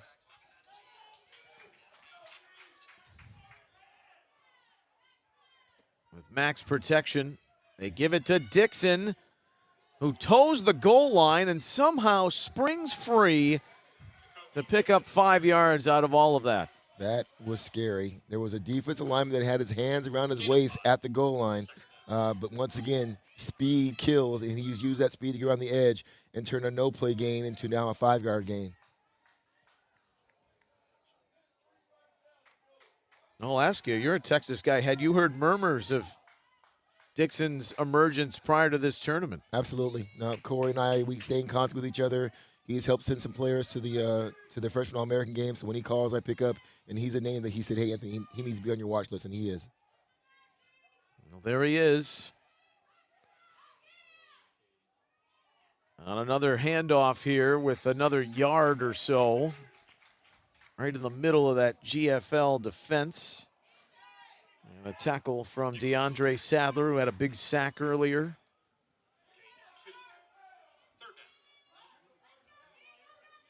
Big play right here. Wouldn't suggest putting the ball in the air here, especially in these wet, windy, slippery conditions. Right now, hey, we go with the guys that got you here, and that's Dixon and Yancey. Let's see what they call here. For the first time since the game started, if there is a mist, it's hard to detect. It's maybe the lightest precipitation, if there's any, we've had here in the nightcap. Dixon does his best to try and break it to the outside, but it goes for no gain. GFL, they had stacked everybody in the box, and they ran well to the outside with Baxter Carbine. That Wolverine winged helmet with his teammate from GFL, Colin Durning. And so despite the fumble, all is not lost with the clock stopped because Dixon went out of bounds. And a 4th down and 4. Braxton Wambach. And Dallas only has 10 on the field right now. Here comes Dixon. I'm here to say, this could be interesting here. Bad snap here. This is not a given. Wambach just got it away, but it's not a good kick. Backwards. It's going to be down at the 25. The GFL defense does its job. They were a yard away, a half yard away from Cantrell taking it in before the fumble. But they've got short memories, these GFL kids who have watched their older classmates share in the spoils. Kudos to GFL's that defense. We talked about it, just a little while ago. Hey, you fumble it, that's fine. Defense go out and get a stop. They did. Now they got the ball in great field position. This is the class of 2027. A fortuitous bounce back to Musser after a bad snap over his head and near disaster for GFL. It's been that type of game, Anthony. We've seen miscues and penalties. Yep. Nothing about it has been clean for longer than a couple of plays. And that kind of a play right there hurts. You go from 1st and 10 to now 2nd and 20, and not a lot of coaches have a 2nd and 20 play in their playbook here. So looks like Dallas is stepping up here with some pressure. Let's see what they come back with. Sideline warning against Dallas. Dallas. There's a sideline warning from referee Fred Wass. Leading by 8. That's their final timeout. I have been counting. Good. We have been counting. Thank That's 3. I'm keeping my mouth shut on timeouts the rest of this game. We've got this beautiful scoreboard. We had them up there for the All-American Bowl last night, including down and distance. Making you earn your money tonight. Man, we'll make a note to make that happen here in stadium next year for the 13th edition. We've had a great crew with the pictures here this weekend from Prep Spin Sports. Led by William Warfield, his group out of Lexington, Kentucky. Joe Allen, Clyde Martindale, Ethan Blackburn, Dave Ross, Katie Atkins. Spectacular job. Thank you. Yeah, they did a great job, especially last night for the freshman game. A lot of the kids were happy with the replay. Musser. Down the middle. His man is open. Abernathy. Got it at the 11. And if it's leading him, he's in the end zone. How about Musser? Finds his way into a mess and then makes a big play. That is an illegal formation. That's going to come back. Yep, flags on both sides and from the back end too. Talon Martinez, he's made a lot of plays, and he is trying to pep up his defense right now. Those of our fans that might be new to football, why is that a penalty? I'm still learning. In football, you have 11 men in the field. 7 of them must be on the line of scrimmage. They had 6. It's an automatic flag. They had too many men in the backfield, and that's why you see the flags here. It's a point of contention in Washington after this weekend with the Commanders. Yep. Which they usually give the benefit of the doubt. I'm talking about the end play with Terry McLaurin.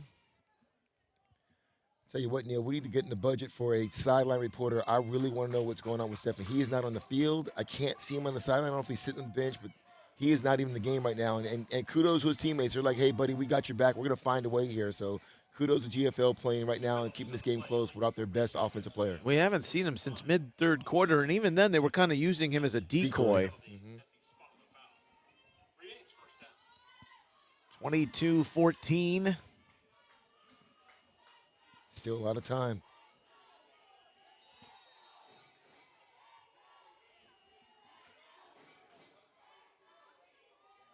Beard. He'll split out into the slot. Musser has Martinez right on his back. Off the deflection, it was nearly picked by Braylon Barnett. Great pressure by the Dallas defense here. Looking from the backside. Look at the hustle by number 17. Once again, young players, if you can't get to the quarterback, get your hands up trying to flick the ball. That almost was an interception that would have maybe closed out this game. Great job by the Dallas defense, but GFL still has life here.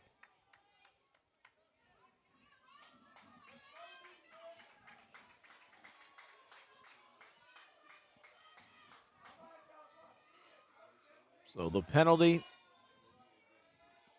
the near interception. They can get a first down inside the 2-yard line, but they're back at the 25. 2nd and 23. Musser's got to throw it away. He was out of the pocket. It got back to the line of scrimmage. 3rd down. Relentless pass rush right now. Great job by Musser here. Young quarterbacks now, your coaching point for this broadcast. Play broke down. They had a backside wheel route by the running back. It wasn't there. You have a right-handed quarterback rolling to his left. Saw the play wasn't going to develop. Instead of taking the sack, threw the ball out of bounds, lift for 3rd down. Great job by Musser there.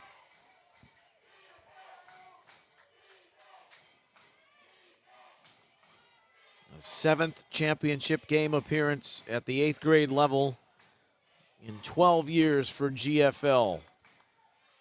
Can members of the class of 2027 deliver their first championship and 3rd in a row for the 8th graders? GFL coming out 3 by 1, 3 receivers at the top, 1 guy down at the bottom. Usually you're in that formation to isolate the receiver at the bottom. Let's see if they go fade route down here at the bottom with the safety inside the hash. With the trips on the far side, but Musser's looking back to the near. Abernathy doesn't see the ball. It was well behind him anyway. If that had been a good throw, that would have been a touchdown. The receiver had the DB beat. Great play call, great formation by Coach Dollar. Just a little bit overthrown by the receiver, by the quarterback. It is 4th down.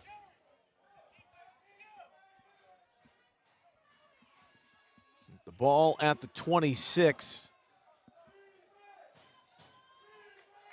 Needing to get inside the 3-yard line. So 4th and 23.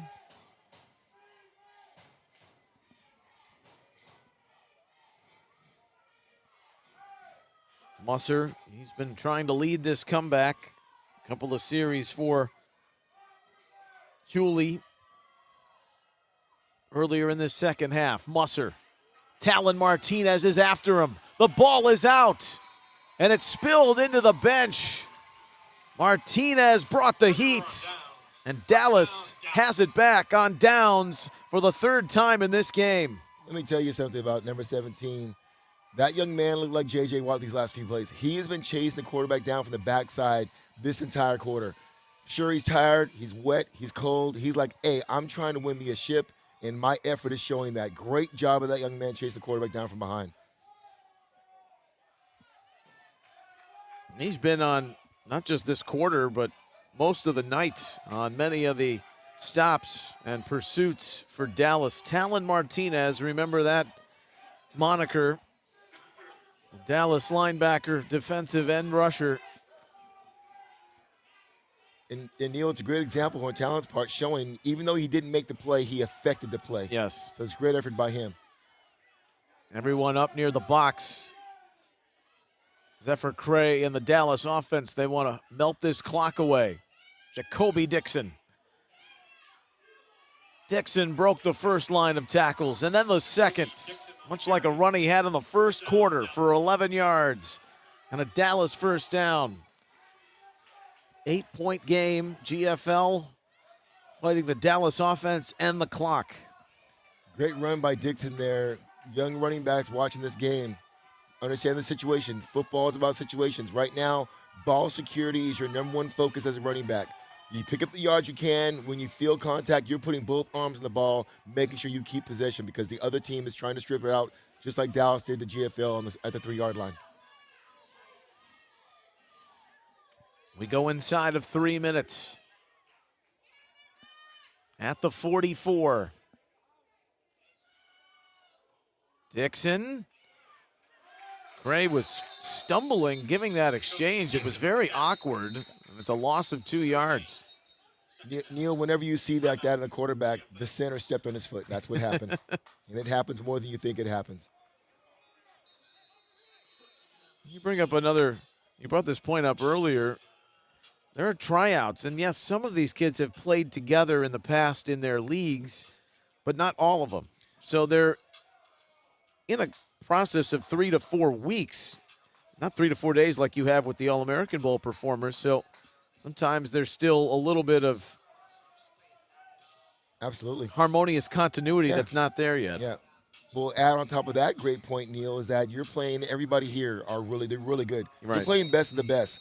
You may have dominated in your youth league. Then you get here, you're like, wow, I'm not outrunning everybody. hey, I'm getting hitting harder than I ever did before. That's what I love about our FBU National Championship, is that it forces players to understand where they are and why they need to get better. GFL burning a timeout.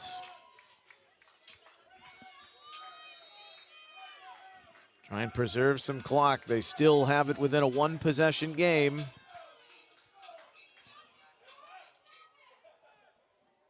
Keep an eye here on Neil. Every time that Yancey and Dixon been back there, been a high snap here when they run out of the split point formation. Another high snap. Yancey gives to Dixon, dragging along. A lot of work to get back to the original line of scrimmage.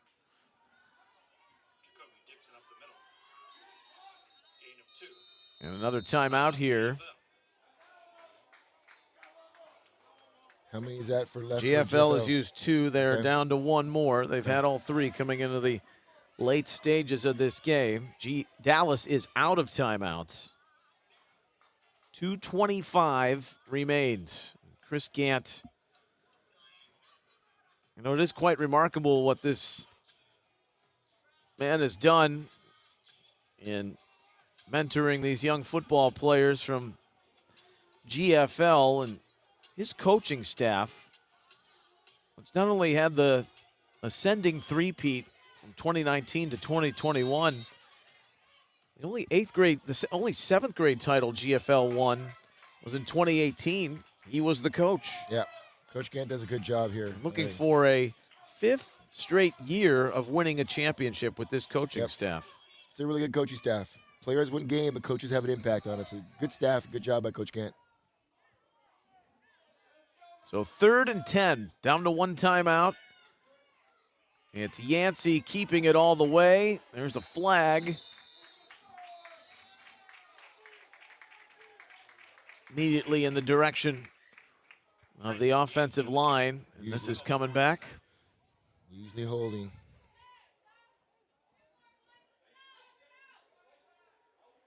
Now, would you decline this maybe? We saw this in the earlier championship. Now, you do have a timeout, but you'd like to save that for offense. And they are going to decline it. Yep.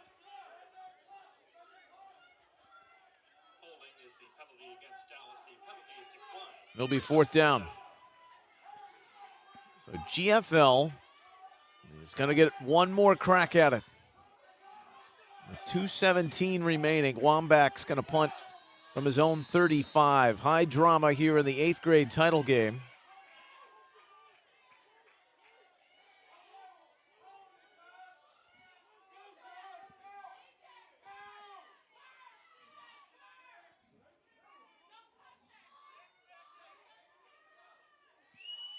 At the runoff with the clock running now. Yep. And the play clock is kept on the field.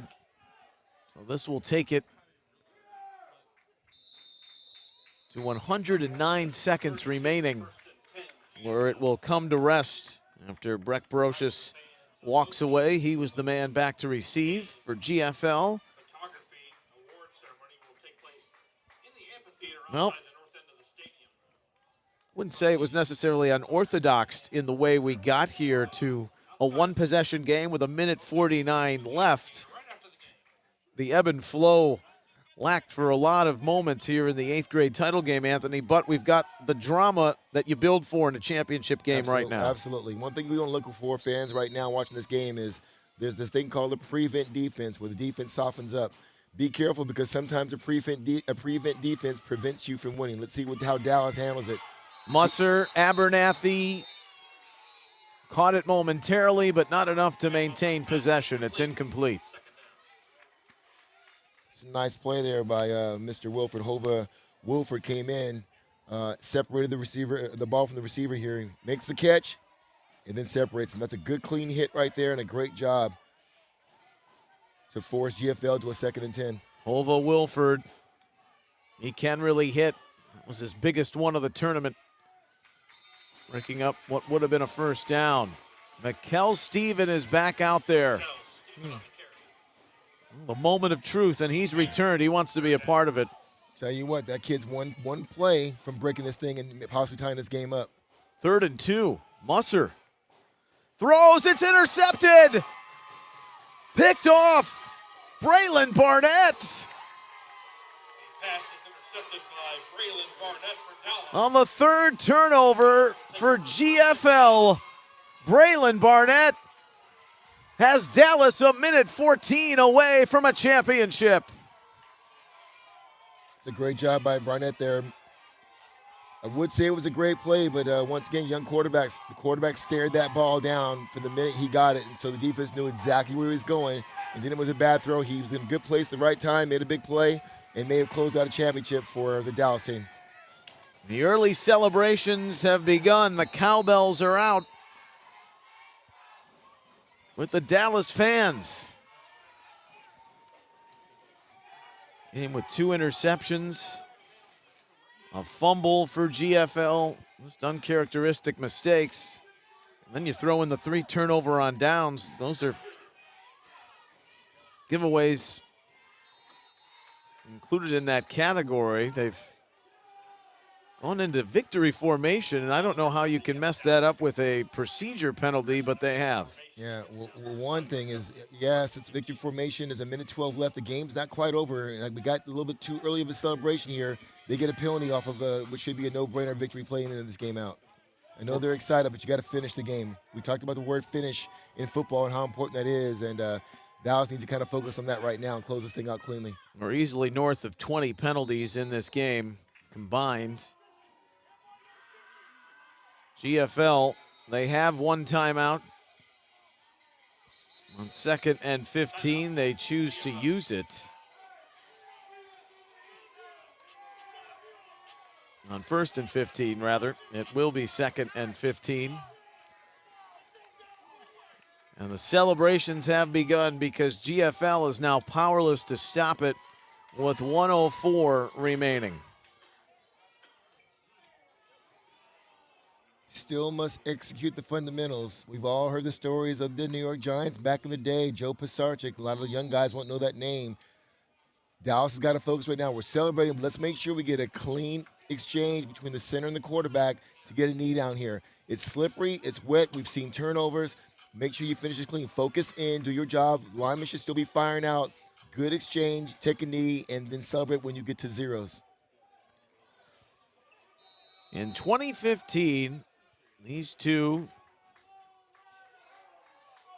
Dallas and GFL, they were North Texas then, had played in a slugfest, and it was a fumble that day, late in the 3rd quarter, that changed the momentum with GFL going in for a score, and a linebacker by the name of Will Harbor, who's at the Naval Academy. Yep.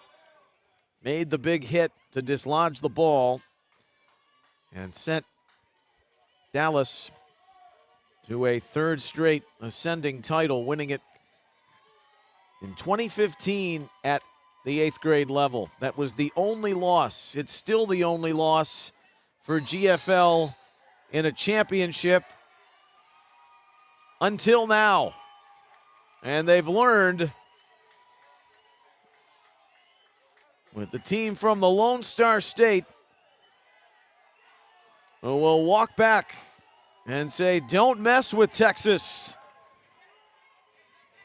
In the 8th grade championship game, they have won their 2nd title. I want to say congratulations to my guy, Corey Herbert. He's the Dallas team director. He's been here before. He's put together a good program. He's been our team director out there for FBU for many, many years. Congratulations to him, his staff, the team managers, and the players and parents for being the 8th grade 2022 national champions here at the FBU National Championship.